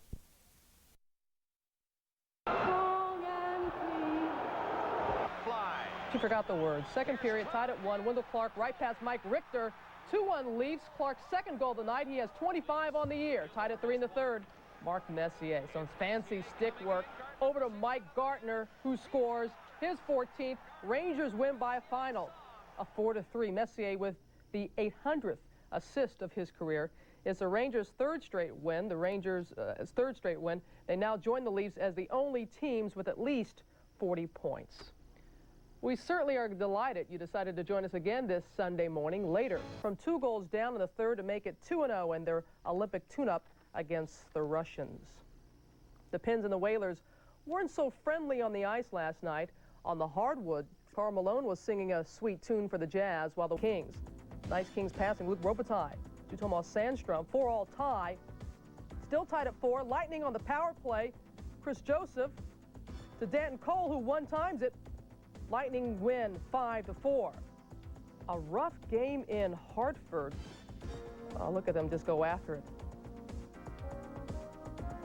Naslund wants no part of that fight. But Cunnyworth punches him anyway, and then he goes into, didn't he used to play for the Pens? I think he's got a little something for his ex-teammates. Pens don't appreciate this. And Jim Pack grabs at Cunnyworth, and a fracas breaks out. Game tied at 6 in OT. Larry Murphy to Kevin Stevens, who feeds a breaking Jaromir Jagr. Breakaway goal beats Jeff Reese, 7-6 Pens. That is the final score. It's a college hoop. Tampa Bay, they recorded their first road win of the season on Saturday night. On Sunday night, the Lightning made their way to Anaheim for their first ever meeting with the Ducks. Anaheim led it 2-1 after 2. The Ducks coming into this contest had some problems. Anaheim had scored just 14 goals in the last 6 games. Edmonton and Dallas looking for their 6th straight win, or I should say 6th win overall. Dallas picks up the victory, winning it by a count of 4-3. Edmonton winless in their last 5 on the road. They're just 1-9-3 away from home this year. Gary? Yeah, but how about their pro basketball team? Things. He laterals over to a running back and down the left sideline all the way. Going all the way is Jeremy Lincoln with a 10-5 touchdown. I don't believe it. Back goes Rodney Peake, getting protection these days. Here's a short goal. Gets up at the 45, at the 50, at the 45, at the 40, 35, 30, 25, 20, 15, 10, 5. Touchdown, Vikings. Lights out. Lights out. All right. Well, you can't get it done offensively. What the hell? And Jagger's free, running to the near side. He's hit again. There's a fumble, and it's picked up on the near side. It's Derek Thomas, who's running up the near sideline. He's gone by the 40, a foot race to the 30, the 20, the 10, the 5. Touchdown, an 85-yard fumble recovery. Oh, baby, what a play! Blasting the Bruins in Boston 8-1. The Canucks lost their last time out in a game that saw Greg Adams throw his stick at a puck. leading to a penalty shot goal. Vancouver at the Forum looking to hang on to the lumber and win at the same time. Kevin Haller sending a message to the Russian rocket, Pavel Bure. Second period, game tied at 2. Vincent Damphus follows the Brian Bellows miss, the putback off the post. Montreal up 3-2. Third period, Dave Babbage fires the slapper. Dixon Ward gets in the way. It's a great play because it eludes Patrick Waugh. The game tied at 3. In the overtime, Gilbert Dion takes over the wraparound, gives the Habs the 4-3 win. Dion said afterwards the word around the league is that he's slow, but he had great legs in the overtime. Vancouver has lost 7 of the last 9. Flames in Ottawa, chance to put some more distance between themselves and the Canucks. They get it done. Gary Roberts, the hat trick, number 6 in his career. The Senators now winless at home in their last 11, nearly 6 weeks without a win in white. Winnipeg in Detroit, looking to upend the Red Wings for the second night in a row. Scoreless in the first. Sergei Fedorov takes it from his own end. Watch the defense take the body knot. Beats Bob Essenza for his 19th 1-0 Red Wings. Third period, 4-2 in favor of the Wings. Paul Coffey to Slava Kozlov. The clean breakaway. Kozlov, the forehand plus the backhand equals the goal. His second of the night, 12th of the year. 5-2 Red Wings. All that was left was for Ty Domi and Bob Probert to go at it. Joe Louis would not be proud. 2 good fighters, 1 bad fight. Final, Detroit gets it done, 6-2. Kozlov, 10 goals in his last 10 games. Winnipeg traded defenseman Fredrik Olofsson to Edmonton in exchange for a 94 third-round draft pick. The Oilers had earlier dealt defenseman Jeff Smith to Florida for a pair of 94 picks. Carl. There was a 7-foot 6-inch voice. In fact, they're quite similar. Ducks, Panthers each with 9 wins. Terry Yake of the Ducks said, "We try not to take any team more seriously, but there's no question we wanted to go out there and be the better of the 2 teams. It's all about expansion." Now the highlights, and Scott Mellenby and a Greg Hoggood. Beezer gets beat with a beautiful drop pass. 3-0 Panthers. Third period, it's 3-1, and Stephen King trying to write his own horror story. Walks in and beats Guy Hebert. 3-2 Panthers. They would hold on to win because you see the time. That's the final. Mellenby and Jesse Belanger score 3.5 minutes apart in the first period as the Ducks win the first game between the league's newest expansion teams. 11 of the Ducks' 18 losses have been by 1 goal. Lightning and the Sharks, the final in this one was 3-1. Unbeaten streak ends at 5 for San Jose. Tampa Bay has yet to lose in the state of California. They are 7-0. Black and blue game from St. Louis. Yes, it's the Blackhawks and the Blues, and Curtis Joseph has been the man all season, and he was again in this one. Neil Wilkinson, the blast from 30, save Joseph. Save Joseph, save Joseph. He had 37 on the night. Blues up 2-zip. Joe Murphy out of the corner, right past Hull, and he wristed past Joseph, his 12th of the year, 2-1 Blues. Same score, Janney, nice pass to Shanahan. He stopped, dug ground the rebound, and it gets deflected into the net. Blues win it by 1. 3-2 the final. Cujo facing an average of 34 shots a game. Last season he faced a total of 2,002 shots, and he is on pace to exceed that this season. A couple of major disappointments, the Oilers and Islanders. And how's your head, Vladimir Malakoff? He actually left with a mild concussion. Steve Thomas beat Brantford, his second of the game, 17th of the year. We're tied at 4. Overtime we go. Kelly Buchberger looks for Doug Waite and finds him, but Hextall fires the puck and kicks it away. It ends 4-4. Oilers still with only 1 win on the road. Ray Ferraro hit the crossbar with 50 seconds left in regulation, kind of year it's been for the Isles. Malakoff, as I said, left with a concussion. He is being evaluated. Quick. Back to the hardwood in the Atlantic Division, both the Celtics and Nets. Enrico Ciccone tells Mark Jansen his shift is over, find a seat on the bench. First period, Whale up 1-zip. Pat for Peake, and it's a goal. Pass Rick Tabaracci, his 14th. A hat trick, his 9th career. Robert Cron, the blast. Pass Tabaracci, his 12th. Whale up 5-zip, and they go on to win it by a score of 6-1. Sean Burke back for the first time since October 27th. He stopped 30 shots. This was the first time this season the Whale enjoyed a 5-goal lead. Calgary leading the Pacific by 10 points. They were in Quebec. Germain Titoff starting in front of his own net, and Germain will not stop. Well, the puck stops here in the net. 3-2. Gary Roberts later tied it at 3. He scored 2. Final 4-4. Roberts has scored 5 goals in his last 2 games. Al McInnes said, "I've been here 11 years now, and I can't remember us playing better as a team." Nieuwendyk scored his 17th. Correct? Carl, how about some boxing? Okay. Okay, there was a wild one Tuesday between Gering Lane and Jeremy Williams, and there's Lane as you... Probably obviously enough to see it. You don't need to be burdened any further. On a serious note, I'm told that there's a prejudice in professional hockey towards Eastern European and Soviet players by the Canadians, and it borders on hatred. Now, I don't know if that has anything to do with this, but take a look at Edmonton's Kirk Maltby go after Vladimir Malakhov of the Islanders. Oh, he suffered a concussion on that hit. He was down. Look at the replay. Well, you know what's going to happen now. You can bet somebody from the Islanders is going to try to get even the next time, but that is a vicious hit. Redskins. And while the Rangers are looking to extend their winning streak, Mike Gartner is looking for 2 more goals to become only the 6th player in NHL history to score at least 600 of them. Gartner has scored at least 30 goals in each of his 14 seasons in the NHL and has scored at least 40 goals in each of his last 4 seasons. Gartner is likely to overtake the Golden Jet this season. Hall scored 610 goals in 16 years. This is Gartner's 15th season. It's Gretzky's 15th year, and Gordie Howe scored his 801 in 26 seasons.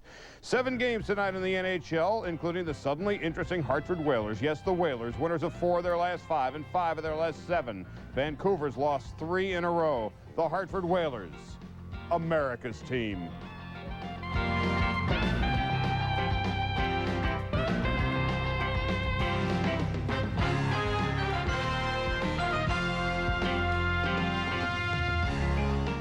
Billy McCaffrey, the sharpshooting guard from Vanderbilt. They've won once there. Buffalo packed up, made the 200-mile trek north, trying to reach the 500 mark for the first time since Game 2 of this season. And we travel north with them. Yuri Imalov breaks in on Billington, and he follows his own rebound for his 7th of the year.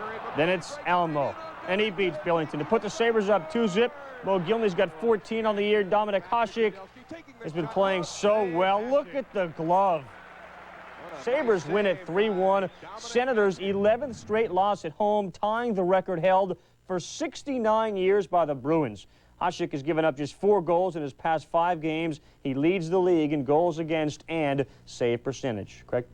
Next March, when the United States meets India in the trip to the Forum to meet the struggling LA Kings. The Panthers and Kings are in different divisions but share identical records, both teams 10-14. Gretzky, the big elbow, could jeopardize his Lady Byng trophy, but there's the great feed to Jari Kurri, who scores. We're tied at 2. The Panthers were deadly on the power play, however. Andre Lamokin on the breakaway beats Kelly Rudy. Panthers up 3-2, 5-4 Panthers in the 3rd. His name's Gord Murphy. He's been working with Dennis Potvin on a shot from the point. Score! Panthers win at 6-5. Lamokin scored a pair and had an assist. Jesse Boulanger had 3 assists. The Kings now have just 1 win in their last 9 games. Devils, Canadians, Jacques Lemieux. Chewing gum and coaching at the same time. There was a skirmish. Check out the high-volume exchange between Bill Guerin and Mike Keane. Are you counting? Because we are. The total punches thrown, 35 for Guerin and 43 for Mike Keane. They actually did play some hockey. Stefan Richer with the steal, the shot, and save. John McClain is there for the rebound. Kevin Haller kick save, and that's a beauty. Later in the 1st, Valerie Zelapukin with the puck, shoot save. Oh, McClain punches it past Patrick Waugh. Devils go on to win 4-2 the final. Goalie Martin Brodeur stopped 31 shots. Bobby Holick scored the game winner. John McClain scored twice. The Devils end a 5-game winless skid. Oilers, Rangers, Mike Richter, and his 16-game unbeaten streak. And the nice save on Peter White. Oilers coach Glenn Sather has a nice goalie of his own. Bill Ranford pokes the puck away from Greg Gilbert. Ranford with 45 saves. Scary moment in the 3rd. White is checked into an open door. Ouch. Rangers up 1-0 late in the 3rd. Bob Beers beats Richter. We're tied at 1, and that's the way it ends. A 1-1 tie. Richter turned away 37 shots and ran his unbeaten streak to 17 games. The game featured the NHL's best versus the NHL's worst. Carl.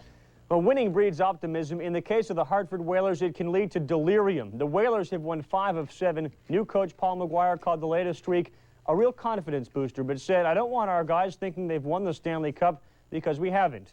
In fact, if the season were to end right now, they wouldn't even be in the playoffs. The Whale hosting the Canucks, trying to keep that Stanley Cup feeling alive. Trevor Linden's at the point. Trevor Linden's puck is in the goal. His 17th, 1-0 Canucks. Igor Chibarev, the moves, the stick work, and Zarley Zalapsky puts it past Whitmore, his second of the season. We're tied at 1 in the third. Gerald Diduck behind the net. Adam Burt sleeping in front. He left Linden all alone. Canucks go on to win it by a score of 4-1. Whitmore, the former Whaler goalie, stopped 21. Whalers without Darren Turcotte. Surgery for him Thursday. He's going to be out 12 weeks. James Patrick has back problems. Canucks 0 for 2 on the power play. Canucks, 2 for 5 on the power play. Whalers 0 for 5. 7,700 on hand to watch. Meanwhile, the Leafs looking for their 20th win of the year, hosting the Jets. Clark was the enforcer. First, he nailed Igor Ulanov. Then he flattens Mike Eagles. Oh. Toronto plays finesse as well. Andreychuk, 4 passes later. Dmitry Mironov. He also left the game with a bruised skull. X-rays for him on Thursday. Winnipeg hitting back. Tkachuk nails Crucial Niski to the ice. Ty Domi, the fighter, the scorer. His second of the year, and Winnipeg wins it 5-4. After the game, Domi, Chris King also scored. They were the topic of conversation. Pat Burns said, it's not right those two come in here, score goals, and beat us. There is something wrong there. Penguins and Stars each with 13 wins. And you could say the Stars, Michael Keaton, were out in Dallas for this one. First period scoreless. Madonna to Courtnall. He fakes, then feeds Neil Broughton, who beats Ken Reggett. His 8th, 1-0 Dallas. Second period, tied at 1. Martin Straka. He's got Jagr, but he keeps it himself and somehow gets it through Wakaluk. Straka's 11th. Courtnall with the puck. Skates around to Trent Klatt, who blasted by Reggett. Klatt had a couple in front of Freddie Couples. 2, to be exact. Klatt called it a career highlight. The Stars now 9-1-5 at Reunion Arena. Penguins shorthanded. Out of the game, Mario, Marty McSorley, Tocchet, Kevin Stevens, and Tom Barrasso. Correct? Baseball, it promises to be an interesting night when the Astros and Phillies meet for the first time next season. And what will really be big fun is if Mitch Williams pitches to Curt Schilling. Curt and Mitch won't be exchanging Christmas gifts this year. How can I put this delicately? They can't stand each other. As Phillies teammates, Schilling would cover his head when Williams pitched. Now that Williams has been traded to the Astros, the verbal sparring has begun. Williams on Schilling. He went out of his way to make a mockery of me. He put the blame for what happened on my shoulders. Schilling responds, Mitch and I didn't get along from the first day. He didn't show me any respect, and that's why I didn't show him any respect. Williams, and if I do pitch against him, he better wear light shoes when he goes up there. Schilling. Great interest in making Minnesota their full-time home. Okay, when Carl and I return, it's back to the NBA. Shaq Daddy has been in the Central Division. 19 of their 119 have been scored by Sergei Fedorov. Well, Thursday night, Fedorov would face one of his toughest tests, Cujo. Now, Stephen King has written about the possessed dog, but he's yet to dabble in goaltenders who enjoy having pucks fired at them. Curtis Joseph is one of those. A little help from his friends never hurts. Mr. Post, please help. Thank you very much. Joseph faced 33 shots through the first 2 periods, and none got by. And then Cujo looks for some offensive help, and he gets it from who else but Brett Hull. He steals it from Fedorov, his 17th. Blues go up 2-zip. The Wings would come back. Fedorov atones for his mistake. His 20th, we're tied at 2. Then the Wings go ahead as Keith Primo slips it to Ray Shepherd, and Cujo was out of net. Wings win at 3-2. The Wings' first win this year when they trailed after 2 periods. Chevelday's first save in the 3rd period came with just 5.5 minutes to go. The Bruins in a 2-game slide hosting the Vancouver Canucks first period. Sergei Zoltak goes down, and he gets hit in the head with a skate. 8 stitches, but he would return in period 2. It's 2-1 Canucks in the 3rd. Brent Hughes. Bruins need some other offensive weapons to show up. That's his 5th goal, tied at 2. Rick Lay filling in for Pat Quinn. We go to OT. Cliff Roenick slap shot deflects off Ray Bourque. Pass Casey. 9th goal for Roenick. Canucks win it 3-2. Bruins have scored just 4 goals in the 3 straight losses. They failed to score during a 5-on-3 advantage that lasted over a minute. They did outshoot the Canucks 34-26. Caps beat the Flyers 4-2. Keith Jones had a couple of goals. First win in 6 tries for the Caps over the Flyers. Philly now 5-6-1 without Lindros in the lineup. He is skating again, but won't be able to return to action until Sunday at the earliest. More hockey still to come. Craig? The controversial Dale Brown. Game raised $250,000 and over 17,000 showed up. That's 10,000 more than were at Wednesday night's Whalers regular season game against the Canucks. The richest tennis tournament in the world is the Grand Slam Cup. It continues to present the comings and goings.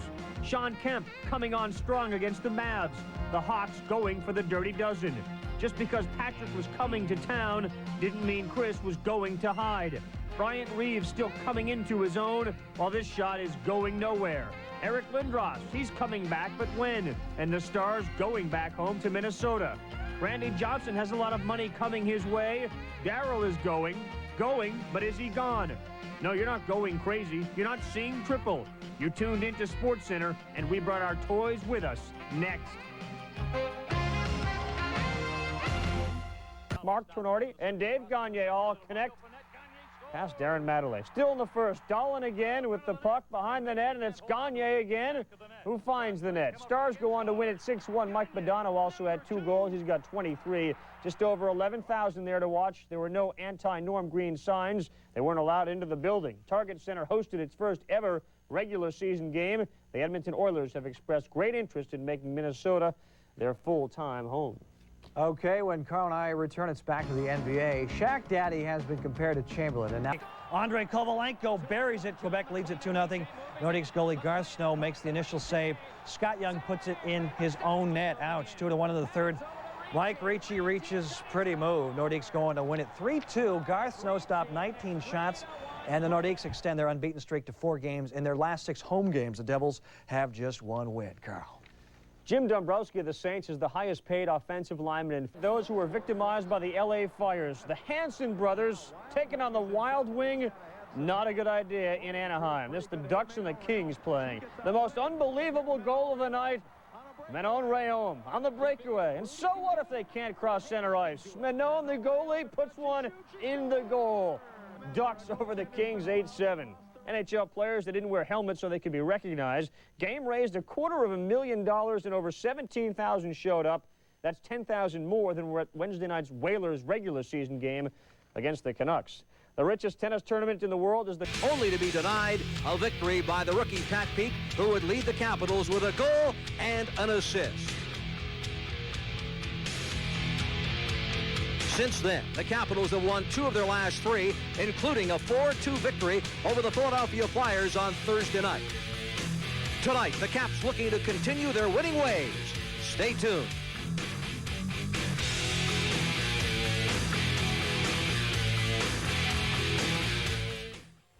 Tonight making his National Hockey League debut. Well, obviously, John has to be excited. He has to be a little bit nervous. I talked to him this morning. He is very excited. His parents have come here from Newfoundland. His first NHL game. It doesn't get any better than this. A kid growing up in Canada. His hero is Daryl Sittler. He'd hoped it would be at the Maple Leaf Gardens, but on a Saturday in Montreal, hey, that's a great start for anybody. Well, John Slaney certainly made Canadian history back in 1991 when he scored the gold medal goal in Saskatoon, Saskatchewan, as he led Team Canada to a World Junior Tournament victory over the Soviets. Well, we're going to see, there's a replay. The puck's going to go back to the point. Slaney will be at the left point, and he's just going to shoot it through a maze of players. And watch the reaction of his teammates after he scores this goal right here. There's the windup and the tip, and there's the goal. And look at the reaction. Of course, in Saskatoon, a hometown crowd for the Canadian team. Well, certainly that was his biggest thrill to date. Tonight, he'll make his National Hockey League debut against the defending Stanley Cup champion Montreal Canadiens in this building, and he is thrilled to be in the lineup. Well, a player that certainly is thrilled to be a Washington Capital, and he certainly made his presence felt, Craig Berube with a big game Thursday night and a victory over the Flyers. Well, we knew against the Flyers it was going to be a physical game, a game for the Plumbers, and a guy like Keith Jones working hard along with Craig Berube. He chips in with a pair of goals, a couple of big goals, and he had a great game and a great victory for the team to start off a 3-game road trip. Craig Berube very critical of the Washington Capitals as a team following a disappointing loss on Tuesday night at home, 6-1 to the Hartford Whalers, and he backed up what he had said after that hockey game with just a splendid performance against the Flyers in a big win for Washington.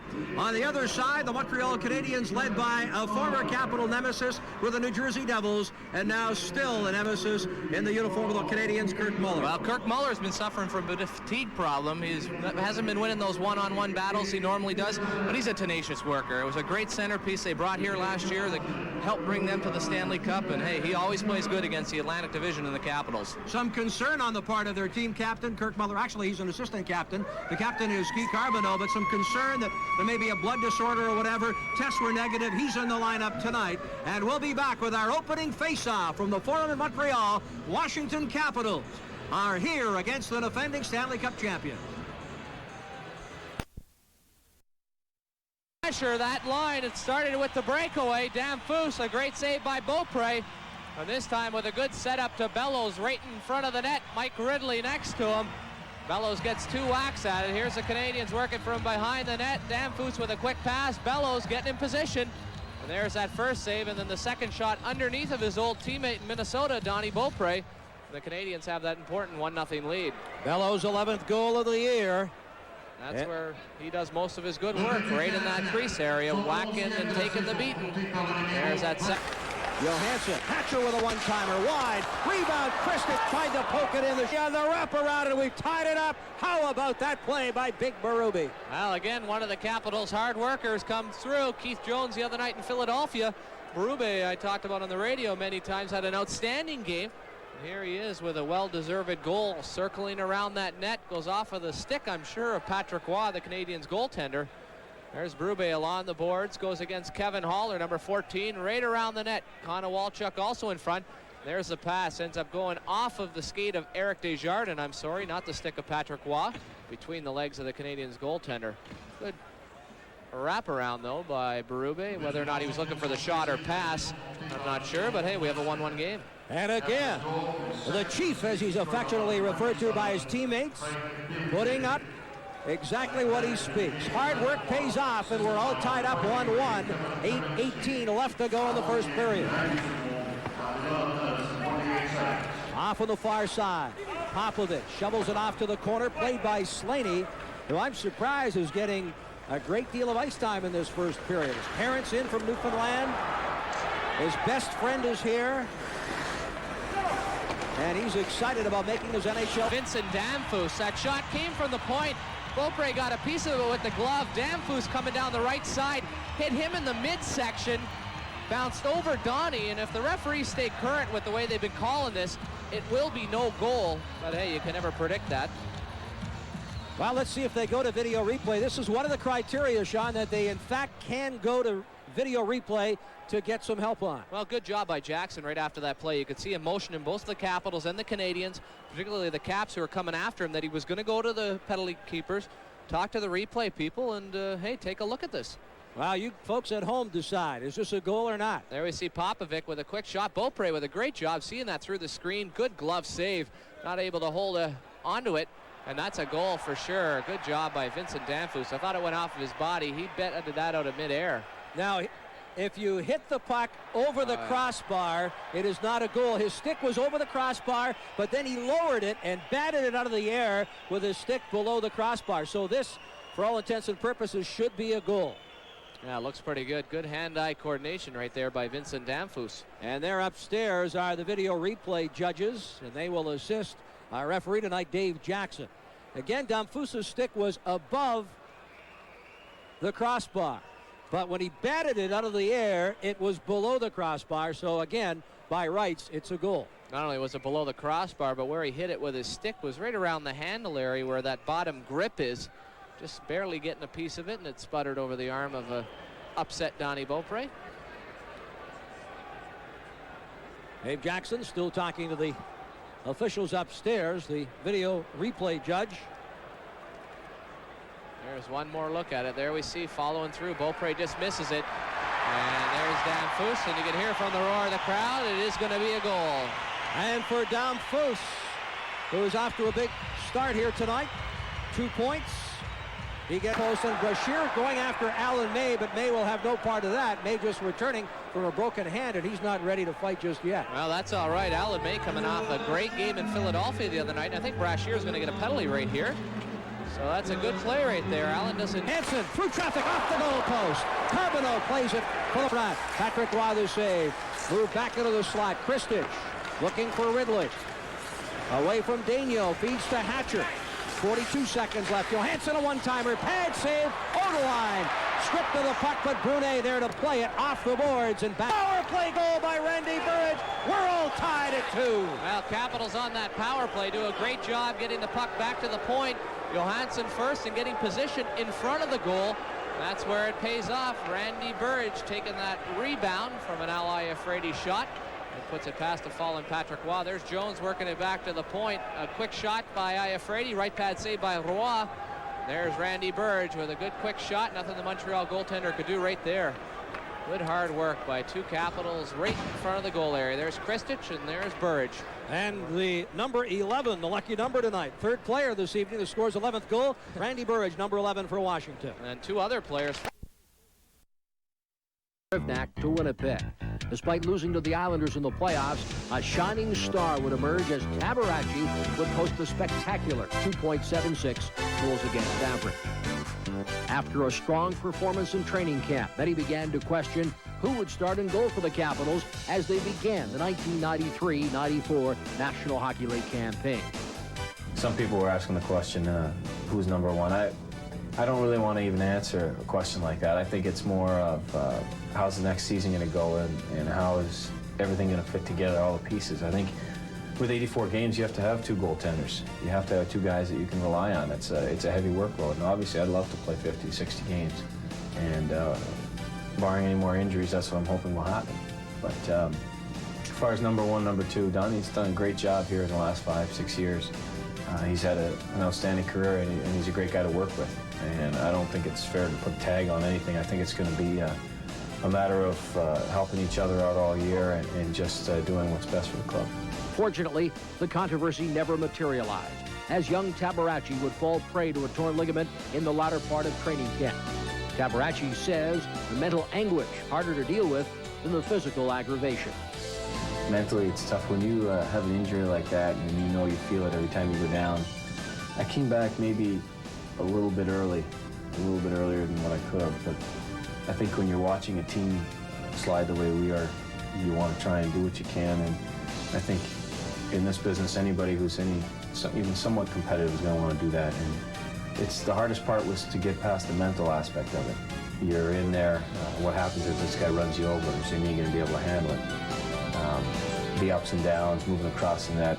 It was a simple move that I made when I did it to start with, so you start wondering, is that going to be a factor again? But with the brace we have on now, I think it's pretty safe, and I've been run over a number of times, and knock on wood, things are still in place and everything's going well, but it's going to be interesting to see how things hold up. It takes a little while to get the extra physical conditioning too, but right now everything feels good. An exciting goaltender whose on-ice athleticism is often described as aggressive. Rick sees his style as a reflection of his personality. My style is a little bit more aggressive. I maybe take things more forward than some people do, and I'd like to take full stride at them, and I think I do the same thing during the game. I think that's probably a little bit of a reflection on personality. As for role models, Rick admired the play of Ken Dryden, now a Hall of Famer, but he looks closer to home for someone to pattern his success after. I always liked Ken Dryden. I enjoyed watching him play. I think it was part of the fact that he was with the Montreal Canadiens and kind of an era where they were winning a lot of Stanley Cups and things were going great. And growing up in Toronto, I think the original 6 teams also, I was watching the Maple Leafs. And, as far as role models, I've always had a tight family. And, it's a small family, but we've always been real close. And I think if anybody, it'd probably be my father.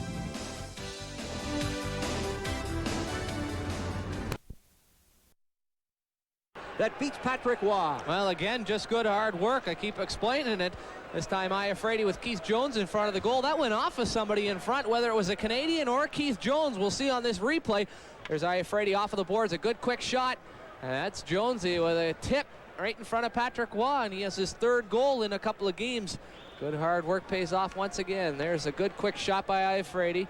Not the time for the slapper. He gets it off, and Jones at about waist level deflects it past the Canadiens goaltender, and finally we see the Caps with the lead. And he's upgraded his game of late. I know he's a little frustrated just a couple of short weeks ago, as were a lot of the Capitals, but Jones with 2 big goals against Philadelphia, and now will get credit on the shot from the point off the stick of Iafrate. He was frustrated. He worked so hard. You get the offensive opportunities, particularly around tight in the goaltender.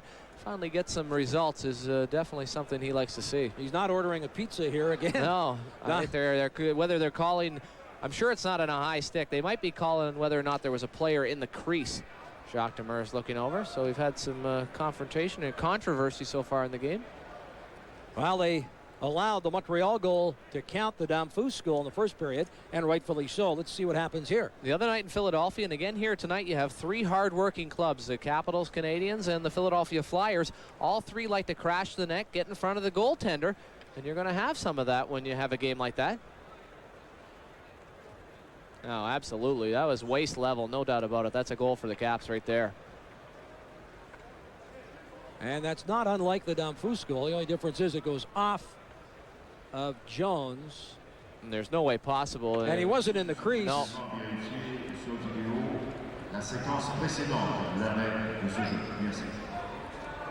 Well, they've got it registered up on the clock as a Capitals goal, a 3-2 lead. So we have silence here at the Forum. What's the delay? They're getting a look at the same replays as we do. Yeah, exactly. It's one of the things Jacques Demers criticized his team from the New Jersey game, felt they were taking the liberties, crashing the goaltender Patrick Roy, didn't have the people to move them out from in front of the net. And hey, so far the Capitals, particularly on the power play, they've gotten in front of Roy, and the defense have done nothing, absolutely nothing, to try to move the Capital players from in front of that goal, and it has really helped them.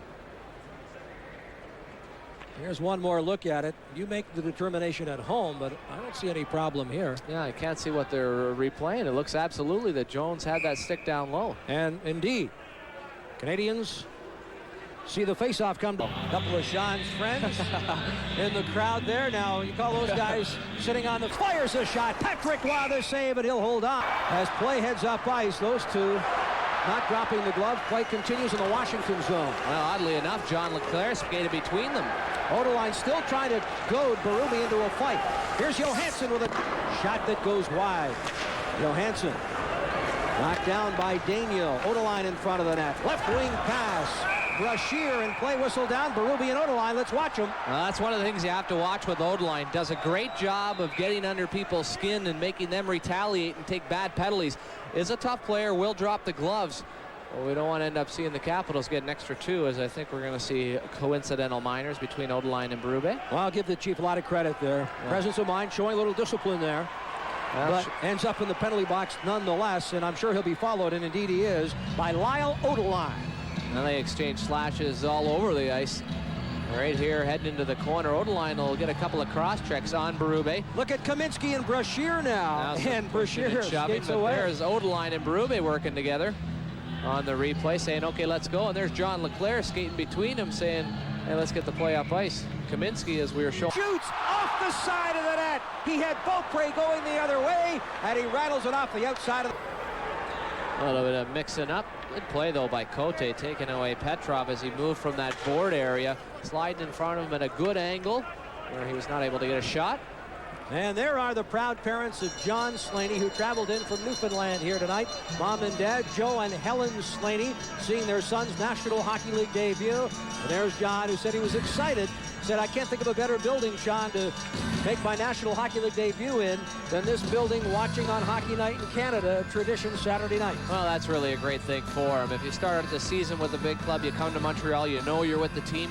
But being called up in Philadelphia Thursday, not knowing for sure if he'd be in the lineup Saturday, takes a chance. His parents come here, and everything's worked out very well, and obviously they're very proud. Fans bringing television set into the Forum tonight to watch the replays. Jean-Jacques Daniel thrown to the ice by Johansson. Bit of a dive there. Ciccone back at his native city of Montreal, the province of Quebec.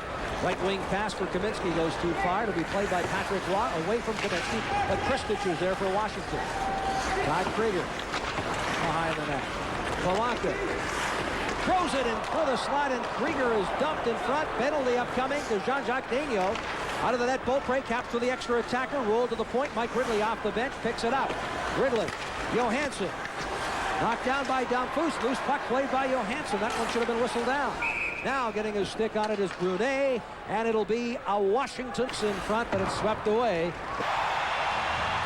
Well, the Capitals, you can see that play developing by the Canadians. A lot of perimeter play. Capitals all around the goaltender, Donnie Beaupre. And the big defenseman, Popovich, joins the play late. I think that's his first National Hockey League goal. on a nice feed from Gilbert Dion, and he beats Donnie Beaupre, and we're tied with 1:18 left in the second period of play. He's jumped into the play a few times in the hockey game, primarily on the power play, and had some pretty good shots. And right here, he makes it count. And you can see the ovation for the fans here in Montreal, his first NHL goal. There's Gilbert Dion working the give and go. Dion around the net. First he looks for a stuff, then he sees Popovich coming in. There he is, gets it quickly. And with a quick shot to the blocker side to Donnie Beaupre, we're tied at 3.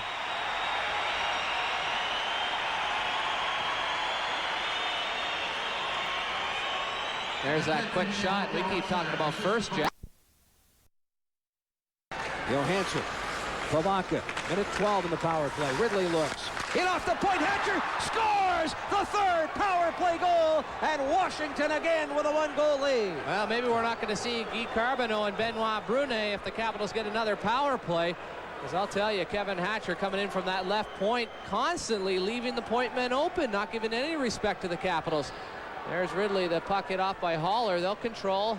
Pivonka at the half board, back to Johansson, back to Pivonka, and there's Ridley. Hatcher coming down from the left point. A quick pass, and the key right there is Dmitry Kristich in front of the net. The Canadians thought that pass was going to him. He had 3 guys on him as a decoy. Goes to Hatcher, and a good one-timer. Beats Roy through traffic, and the Capitals have regained the lead. And right there, Patrick Roy, no need for that. Krieger just driving for the rebound. Vincent Damphou's putting a cross-check into him. That sent him flying into the Canadians' goaltender. Should have been a penalty right there on that play, but a great effort by Mike Ridley, lugging that puck in the neutral zone, then turning that into another scoring opportunity. Now, I can understand Patrick Roy being upset that a Capital came crashing into him, but he was sent there by his own man. Well, there's Krieger coming into the play, and here's Damphou's getting a stick on him, just hauling him right into the goaltender. But watch here now. There? Watch as he gets up here. Little rub of the glove in the face. Thought at first he was congratulating him on his first child, but obviously not too thrilled. But great work by Mike Ridley as the Caps were going into that line change. Just ragged the puck in front of the Canadians' bench area, waited for Krieger to hop on, then went down on a lone man rush and got a good shot on Patrick Roy. There's maybe the best goaltender in the National Hockey League, and a big reason why the Canadians went all the way to a Stanley Cup. Patrick Roy simply outstanding through. Point. Haller's shot knocked down by Kelly Miller. Steals it away from Bellows. Great work by Kelly Miller to Pivonka. The net is empty. Pivonka rolls it in. Oh, and it's wide in the open net. On a shot by Alan May off the side of the net. Pivonka with a microcosm of his season. The wide open net, and he fires it wide. Kelly Miller will try. Knocked down by Desjardins. Comes to Pivonka. This time he buries it, and the Caps will win. Well, finally working hard, the trio of Alan May along with Kelly Miller and Michael Pivonka. 3 chances, and then finally the 4th as Michael gets a well-deserved goal, and the Capitals are on their way to a well-deserved victory. So the empty net goal will lock this one up as we get a look at it. There's Kelly Miller getting that shot off quickly after the Capitals leave the zone, and then a good quick flick by Michael Pivonka puts that into the empty net. He had just had a great chance, and as well as Alan May. Patrick Roy back in. Just the 3rd goal of the season for Michael Pivonka, but it's a big one. Ensuring a Capitals victory as the horn goes to end the hockey game. The Capitals with their 2nd straight win on this 3-game road trip.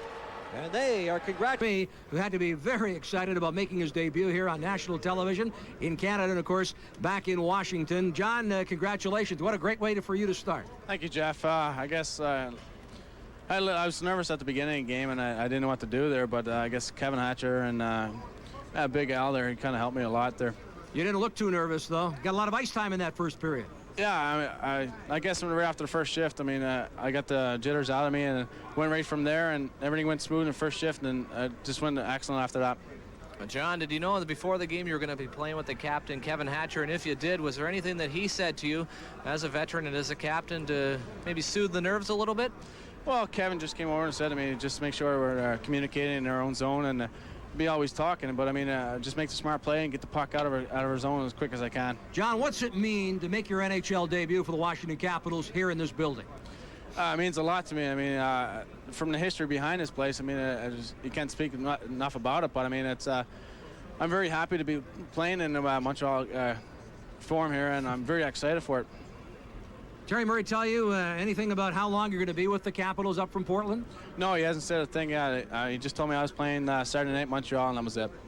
Speaking of Portland, I tell you the team down there is doing a great job along with Barry Trotz and Paul Gardner, lead the American Hockey League, but I'm sure you're not too excited to get back. No, not at all, Sean, but I mean, speaking from down in Portland, I mean, it's a great city, and from the standpoint from the team, I mean, it's unbelievable there. Everybody's been working together, and we're very excited the way we started, and hopefully those guys can finish the season the way that we started the year. All right, we had shown your parents on television earlier on in the telecast. What was it like for them? I'm sure you talked to them before this hockey game, being here in person, and what's it like for you to have your parents in attendance in your very first game in the NHL? It's very exciting. I mean, it didn't surprise me. They tried to surprise me, but I mean, every other game they always came and showed up to it. But I mean, that's I know one man's very happy, and that's my dad, because I mean, he's not a very fan of the Montreal Canadiens, but he's a Leaf fan, and he's gonna be very happy to hear that one. All right, John, congratulations. Keep playing like that. You're gonna be around for a long time.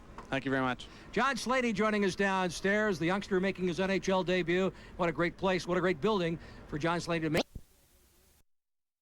Through the crease to Kevin Hatcher for the one-timer on the goal. 3 power play goals for the Capitals tonight. There's Kevin's shot, and they win it by the score of 5-3 up in Montreal. Caps big winners tonight. They're streaking in Baltimore tonight. Whistles the slap shot. Patrick Waugh the save. Randy Burge there to put in the rebound. The Caps down the Canadiens 5-3. Their 3rd straight road win. All right. Thank you, Wally. Deflection of their own. Ally Brady slap shot. Deflected by Keith Jones. Past Patrick Waugh. 3-2 Caps. The Canadiens tied it late in the second. Then in the third, Kevin Hatcher gave the Caps a 4-3 lead with their 3rd power play goal of the night. The final from the Forum. 5-3 Capitals, their 2nd straight win. And also today, the Heisman Trophy goes to Charlie. On their roster, Smith, who employs 8 foreigners, says he won't draft lower-rated players just because they have English-speaking backgrounds. Winnipeg at home Sunday night, hosting the Maple Leafs at the arena. First period, no score. Leafs on the power play. Wendell Clark, the slapper. Dave Andreychuk, his 24th. 1-0 Leafs after 1. Second period tied at 1. Felix Potvin, by the way, not playing in this one. Glenn Anderson, the slapper. Dave Andreychuk there to clean up the mess. 2-1 Leafs after 2. John Paddock doesn't like the results. 2-1 Toronto in the third. The power play. Boris Mironov to Stefan Quintal. We're tied at 2. Alexei Zhamnov tries to stuff it in. Nelson Emerson is there to bring it home. 3-3.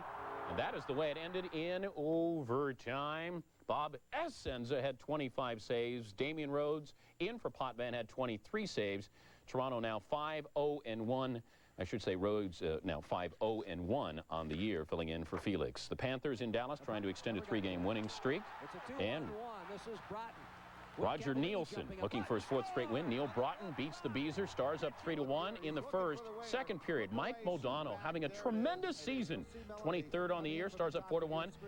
Alexander Godinnik 4-3 Stars as Scott Mellenby deflects it in. Brian Scrudland to Jody Hall. Tied at 4. Panthers excited. In overtime, it ended at 4. It was overtime night, by the way, in the NHL. The Panthers have not lost in their last 4 games. The Stars, who are the 2nd pro franchise to employ a female public address announcer, also have the best home win total in the league. The Stars' problem, they don't come out at night on the road. Still to come on this hour-long show, the Patriots and Bengals play batteries. Goals against average and save percentage. Since replacing the injured Grant Fury, 7-1-1, and maybe most impressive, the player of the week has gone 10 straight games now without allowing more than 2 goals. Well, he might have met his match Monday night in Madison Square against Mike Richter. Unbeaten in 17 straight. The Rangers as a team just 1 loss in their last 20. So that's what Hasek was up against. First period, early moments. Mike Gartner makes the hit on Richard Smelnick. Gartner tips the pass to Nick Kyprios.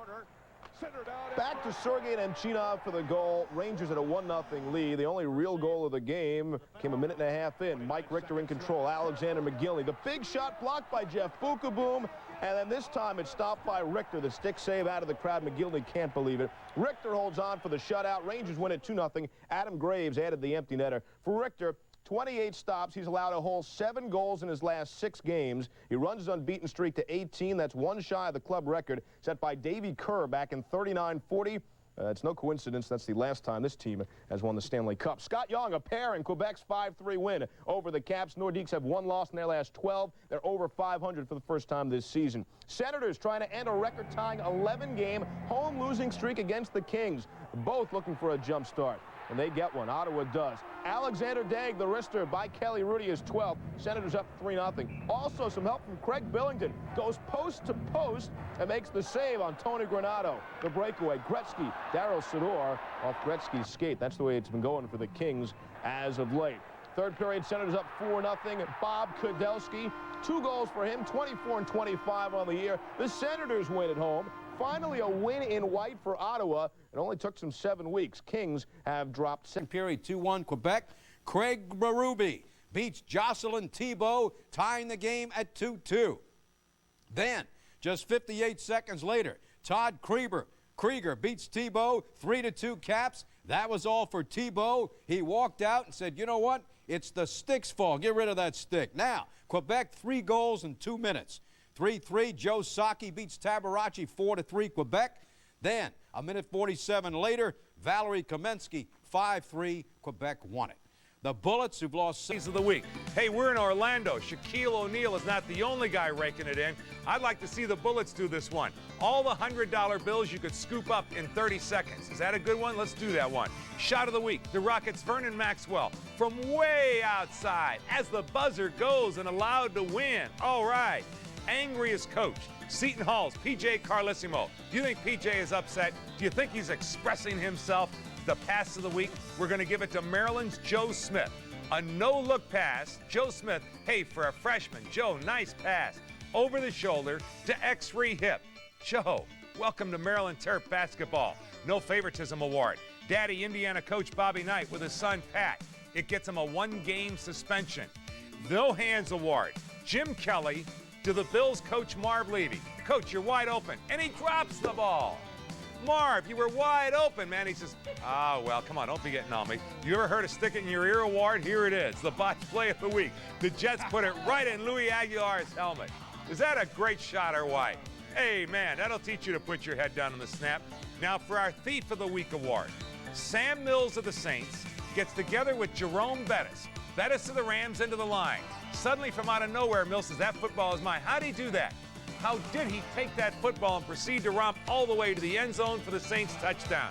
But the Hot Potato Award goes to the Saints' Fred McAfee, who was hit once, now it's a loose football. Fred gets the football again, loses it again. Now it's picked up by Courtney Griffin. Go ahead, Courtney. He can't handle that hot potato. Finally picked up by Darryl Boykins, and that's why the Rams won. The surprise punch of the week. The Chiefs' Neil Smith on referee Bernie Kukar. Oh, Bernie. You know, now that's smart. Are you happy? Are you enjoying yourself, Jeremy Williams? Do you feel good about the plays of the week? Are they making you happy? Are we all feeling all right? Hallelujah, amen. Do you feel good? Do a cartwheel. Oh, hallelujah. That's the way the Redskins will be if Rip has the game. Charlie Huddy, who was over there trying to dump it out in front of the net, and it ended up going in to the wide side corner, and it's 1-0 in a hurry as Reggett got beat. Boy, you know what's interesting? The Penguins have the matchup that they want out there. See Samuelson in the corner, number 5, and then Shell Samuelson, 28. These are the guys that the Penguins want out there against the Gretzky line. Kenny Reggett was awfully deep in his net. He wasn't set for that shot, and I don't know why. But Charlie Huddy, with the element of surprise, has given the Kings 17 goals, leading the team in goal. 1-0 over the Ducks. Slava Kozlov stopped by Ron Tugnut, but then Tugnut knocked out of the way Sergei Fedorov into the empty net. Now the second leading scorer behind the great one. 2-0 Red Wings. Fedorov, Recchi, Gretzky. That's a pretty good slash. The way Gretzky did, but if he shows Kenny Reggett's shot. By Robitaille in front as Dominic Lavoie is working the point right there, and he's got a cannon. His shot deflected deep again. Yari Curry back to Lavoie. Lavoie to Gretzky. Gretzky back. Lavoie shot. Missed that by rotating in front. Robitaille tip save. Rebound, he fanned on it. Back for Yari Curry. Curry got it to the line. Beautiful hold in by Lavoie. Now a one-man advantage. 5-on-4. Covered up, no. Robitaille was able to dig it out. Jari Kurri helping. Gretzky behind the net. Robitaille to him. 5-on-4 power play. Kurri back to the point. Lemieux fakes it. Drops it off wide side. Robitaille set up to Kurri. Shot. He missed the net. Missed it short side. Sandstrom back up. 30 left on the power play. Dominic Lavoie working on the right point. Jari Kurri back there with him. Play behind the net. Centered. Hit Reagan. Held on to. Robitaille dug it out. Whistle. Here we go to Uniondale. The Devils and the Islanders scoreless in the first. David Voll, a couple of great moves. They're around Yaroslav Modry.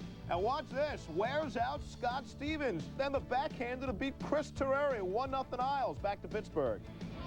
Well, it seems like only... In particular.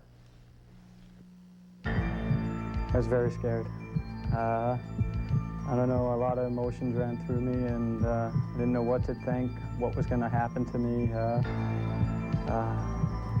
You know, just everything possible that could run through your mind ran through my mind. Would I ever play hockey again? Would I ever, you know, just all things like my kids, would I be able to play with them again? Just things like that. After stumbling around and slurring his words, Brian Mullen, the New York Islander forward who helped his team through an incredible playoff run last season, found himself having strange thoughts for a 31-year-old hockey player, and for a good reason. On August 11th, I had a mild stroke. I had a blood clot in my left thigh that had traveled up into my chest and through a hole in my heart and up into my brain. Open heart surgery was necessary to repair the hole in Mullen's heart. That was one heart ailment that startled the NHL recently. The other, Tommy Soderstrom, the Philadelphia Flyers goaltender. He suffers from Wolff-Parkinson-White syndrome. That means he has an extra pathway in his heart that can cause the organ to suddenly begin racing 3 to 4 times its normal rate. On October 27th against Ottawa, Tommy felt the symptoms. I struggled to fix the puck when they were close to the net, and I feel like a little lightheaded. So, but it was no big deal. But for me, I want to play the second and third period, but they don't want to take any chances. And so after testing, doctors performed a 5th heart procedure on Soderstrom to try and correct the problem. They go into my groins, and here, with 2 catheters in each groin, and 1 up there. And then they go to my heart and burn the extra pathway.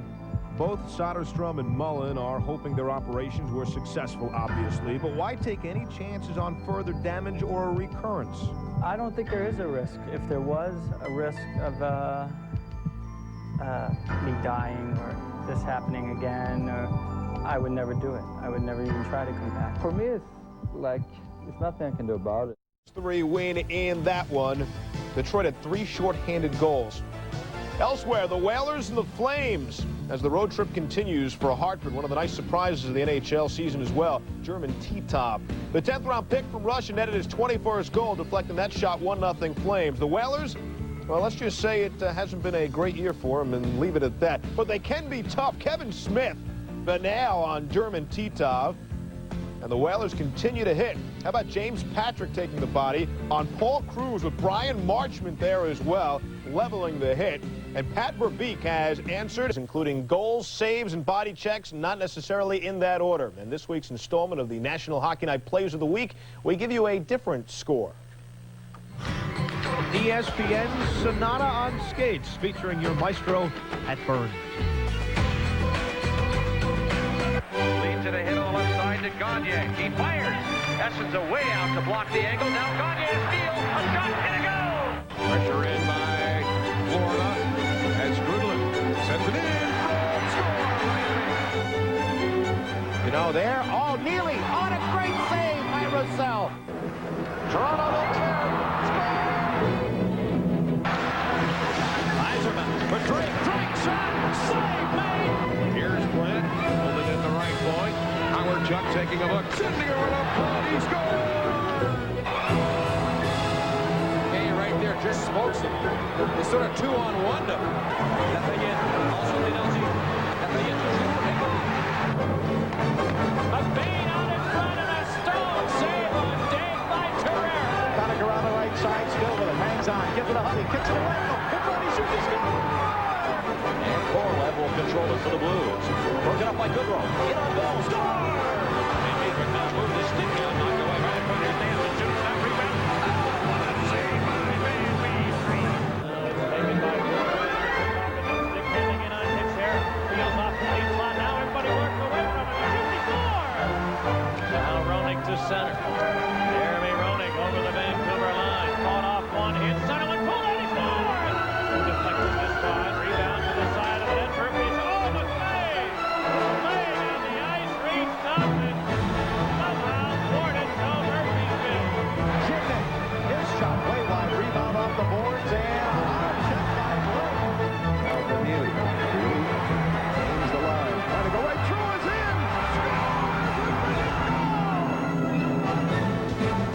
National Hockey Night. Swing.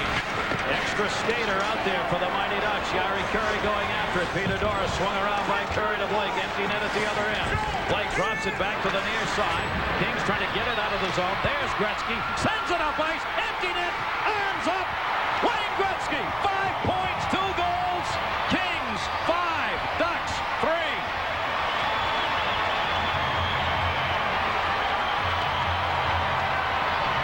We thank him for a show tonight for a national audience.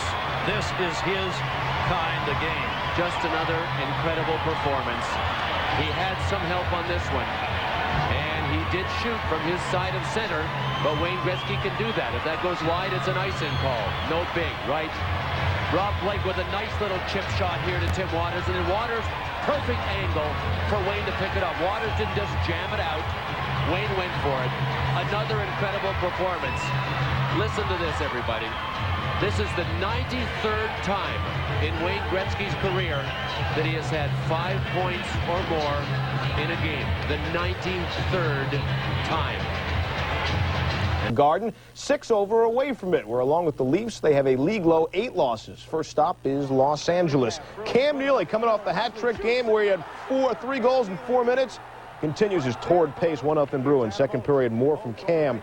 Adam Oates fires Neely, and bang, like that, it's in the net. 2-0 Bruins. Third period, down 2-1 under 7 to go. Wayne Gretzky from behind the goal finds the cutting Rob Blake for the score. Just over 4 minutes into overtime.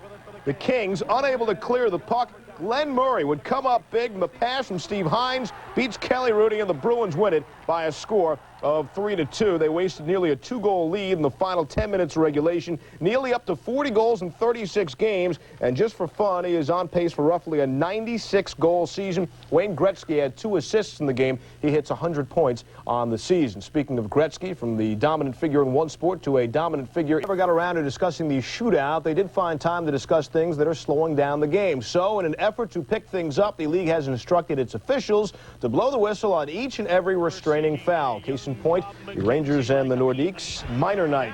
28 minors in the game, 13 in the first period, courtesy of Kerry Frazier. We had holding the stick, high sticking, interference, and we had, of course, power play goals, like Mike Ricci beating Mike Richter, 1-0 Nordiques. Steve Larmer had the answer. One of his 2 power play goals on the night. Rangers lead 2-1. More minor penalties. How about some hooking, maybe some interference, maybe holding. The Nords 1 for 12 on the power play. Richter was sensational. You see the stop on Martin Rucinski with Kevin Lowe in the box. The Rangers score their league-leading 16th short-handed goal. Messier beat Stefan Facette. Rangers lead 4-2. As they were wearing out the bulbs on the scoreboard. Kerry Frazier, hey, don't shoot the messenger, folks. He's just doing what he was told. Rangers win it 4-2. Zubov with 3 assists. Nordique fans continue that new tradition of booing the home team and rooting for the visitors late in the game. The Flames' 6-game win streak is now history, so the Hawks go 4-5 on their 9-game trip. Has to be frustrating. 3 of the 5 losses to San Jose. Mike? Steve, it happened Monday night while they slept in Lillehammer, but you can bet when several members of Team USA wake up Tuesday, they want to know what happened at Boston Garden. You see, head coach Tim Taylor, assistant John Cuniff, and 5 players played in the Beanpot. Monday, Boston College and Harvard played for the title in one of college hockey's oldest and grandest tournaments.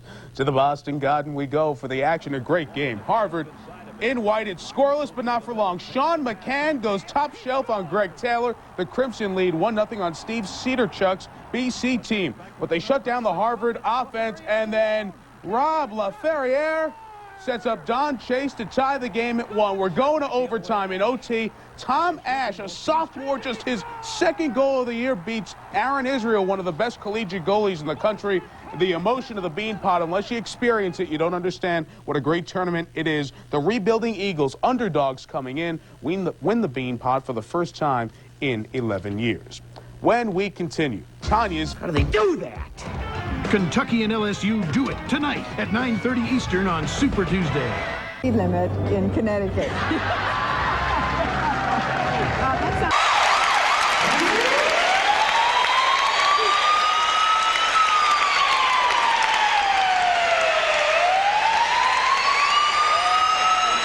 Well, you can only stop the initial shot. Some of the Sabres D, you got Schmelik in front working with Randy Burge. There's Randy Burge, a great screenshot. But watch Pat Peake work the puck right there as Wayne Presley comes in right there, strips a puck off Presley, buries it. A giveaway by the Sabres leads to this goal. Good work by the rookie, Pat Peake. Here's Ridley and Burge. They say they wanted to crowd Grant Fuhr. Well, they did. And there's Pat Peake right there. A nice lift check. You don't often see. And we are tied at 1. And Tkachuk, he's got those golden hands. He's looking to make a pass there, but it hits the heel of Rick Tabaracci's stick and squeaks in 5-hole. Here's a play by Kovalev. You talked about him getting in there. He gets in there, and look at Tkachuk. He's looking in front for the give and go, and as it comes out, there's the heel of the stick. He's going back to number 43, Jason Daw, who was parked in front. One more time on the reverse angle. Here's the pass out in front. There's the stick. What Tabaracci is doing on that, Kenny, as all very good goaltenders do, he's trying to get his stick out there to cut the pass from going across the crease. You don't want to allow a pass to come across, just hit on the wrong. Like conduct, that's going to put the Sabres on the power play. Ciccone right away, and I think that's what he's going to call. The referee, Don Koharski, there's only going to be one penalty here. Ciccone saying, what, me? He's going to get nailed. The Sabres are going to go to the power play. Same situation 2 games in a row. Friday night, Ciccone and Dean Chenoweth behind the net to our right. Ciccone wanted to fight. Chenoweth did not. 2 minutes for unsportsmanlike conduct on Enrico Ciccone at the 8-second mark. Leading. Now the interception by Kristich, looking for Berube. Dale Hunter in there as well. Here's Slaney pinching. Greg Berube spun around by Schmelik. Hunter hit by Sutton. Capitals working hard deep in the Sabres zone. Hunter over to work it free.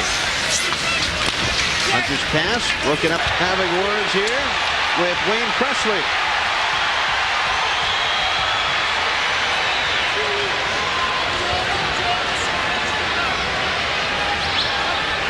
Pretty good little bumping contest in the corner. Wayne Presley, Dale Hunter, as he always is. First man back. Anytime you're a centerman, you've got to be the guy that has him. And here's Dale Hunter right there. Got the arms up quite a bit.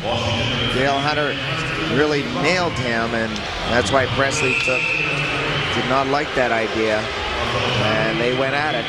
Got one of the best guys to work the power play. He made a couple of nice feather passes, but then he lets one go, and that's why he's been scoring this season for the Buffalo Sabres. There's the feather pass that Audette couldn't get his stick on, and Plant was also out there, but watch this little snapshot. That's going top shelf right there. Tabaracci down low, covering the lower half of the net, but number 10, he's a sniper. Look at him, gets it to his forehand off the back.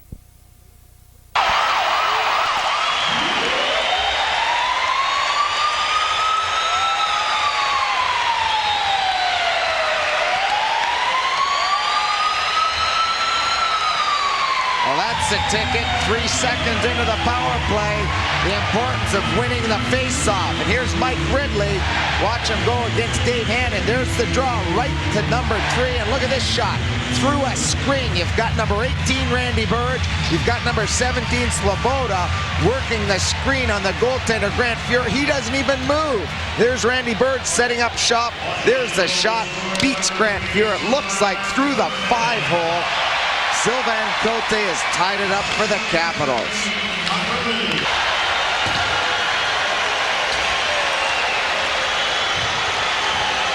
Well, the 4th line for the Buffalo Sabres get a lucky bounce. You've got Rob Ray, the tough guy out there, along with another tough guy, Matthew Barnaby. But it's going to be the veteran, Dave Hannon. Here's Eli Afredi wheeling out. Look at the puck bouncing.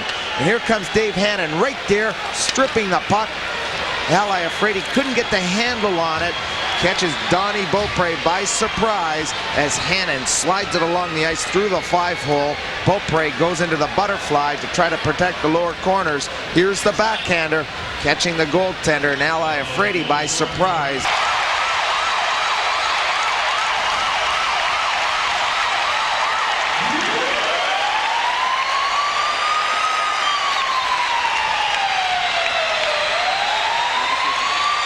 huge goal by Mike Ridley. Grant Fuhr can only stop so many.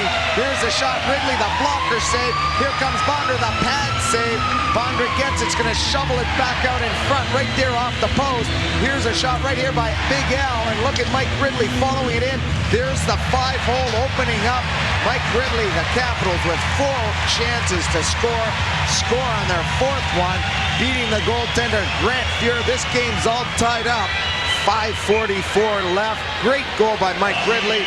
Mike Ridley has played an inspired game this afternoon. He's really... And play is stopped with 9.7 seconds remaining. Here's the hit, John Slaney. He lost an edge right there, May did. There he is, losing an edge, and John Slaney following through. Coach Jimmy Schoenfeld showing a lot of confidence in the youngster, number 28, having him out here at this particular part of the game, late in the 3rd period. Nice play by John Slaney. Takes the body. We are headed to sudden death with one of the Sabres. Capitals down their 3rd life in overtime after the boat race stop on Sweeney and the misfire by Randy Wood. Exactly right. That's Hunter and Presley. They were at it before to end a period. Things trying to heat up a little bit here is, again, the Capitals. One of the important things against Ron Hextall is to get into that crease area, try to get him off of his game. Sometimes gets carried away a little bit, and right there was Burridge driving in, knocked Hextall back and knocked the net off. Ruby doing a little talking, probably asking Hextall how things are going. Former teammates and all. Well, the pushing and shoving in the neutral zone between Berube and Kasparaitis. There again is the hit.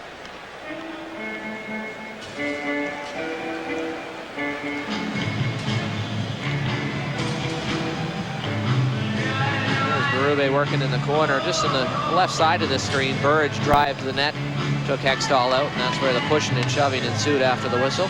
And it is Burridge that gets the penalty. Nothing Mike Ridley has accomplished in his career, from making the Rangers as a free agent to leading the Caps in scoring this season, has been done without a lot of hard work. You know, I've worked hard to get here. I think, you know, each individual, you have to realize how you got here, and you know, I was not a draft choice or anything like that, so you know, I got lucky, I got a break, but I worked hard when I did get that break, and I've worked out with weights and running every year of my life. I think I've gotten stronger and faster each year. Mike is a firm believer in the hard work ethic, and that ethic has not deserted him for a single shift. Even today, he's looking to improve his game and take it to a higher level. If you let up for a second, you're going to have someone pass you by. So I think the key to staying up to speed and you know, improving is by working hard. And then after that, things will come. Ridley is happy with the Capitals' recent success, yet he is not going to settle for the status quo. You know, you read in the press about, you know, how great it is right now, but I think we have to, you know, it's something we have to keep working on day by day, and you know, it's easy to say because we've only played 9 games together with Shoney, and so I think, you know, hopefully we're going to continue this way, but you know, there's still time has to tell in terms of how things are going to work out here.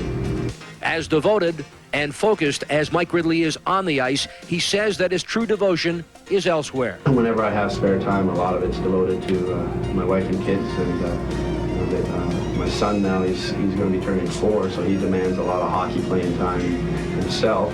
As for the future, Mike would like to stay connected with the game that he's worked so hard to be a big part of. Like Shoney says, you know, we're playing one game at a time, and we're worried about the next game. And you know, I think for myself, I'm worried about, you know, today and the close future of tomorrow, and not 10 years from now.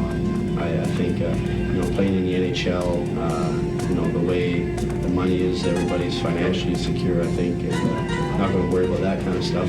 But I can see myself after hockey's finished going back to school, and you know, I'm not sure if I want to get into teaching or coaching, but I'd like to stay in sports somewhere.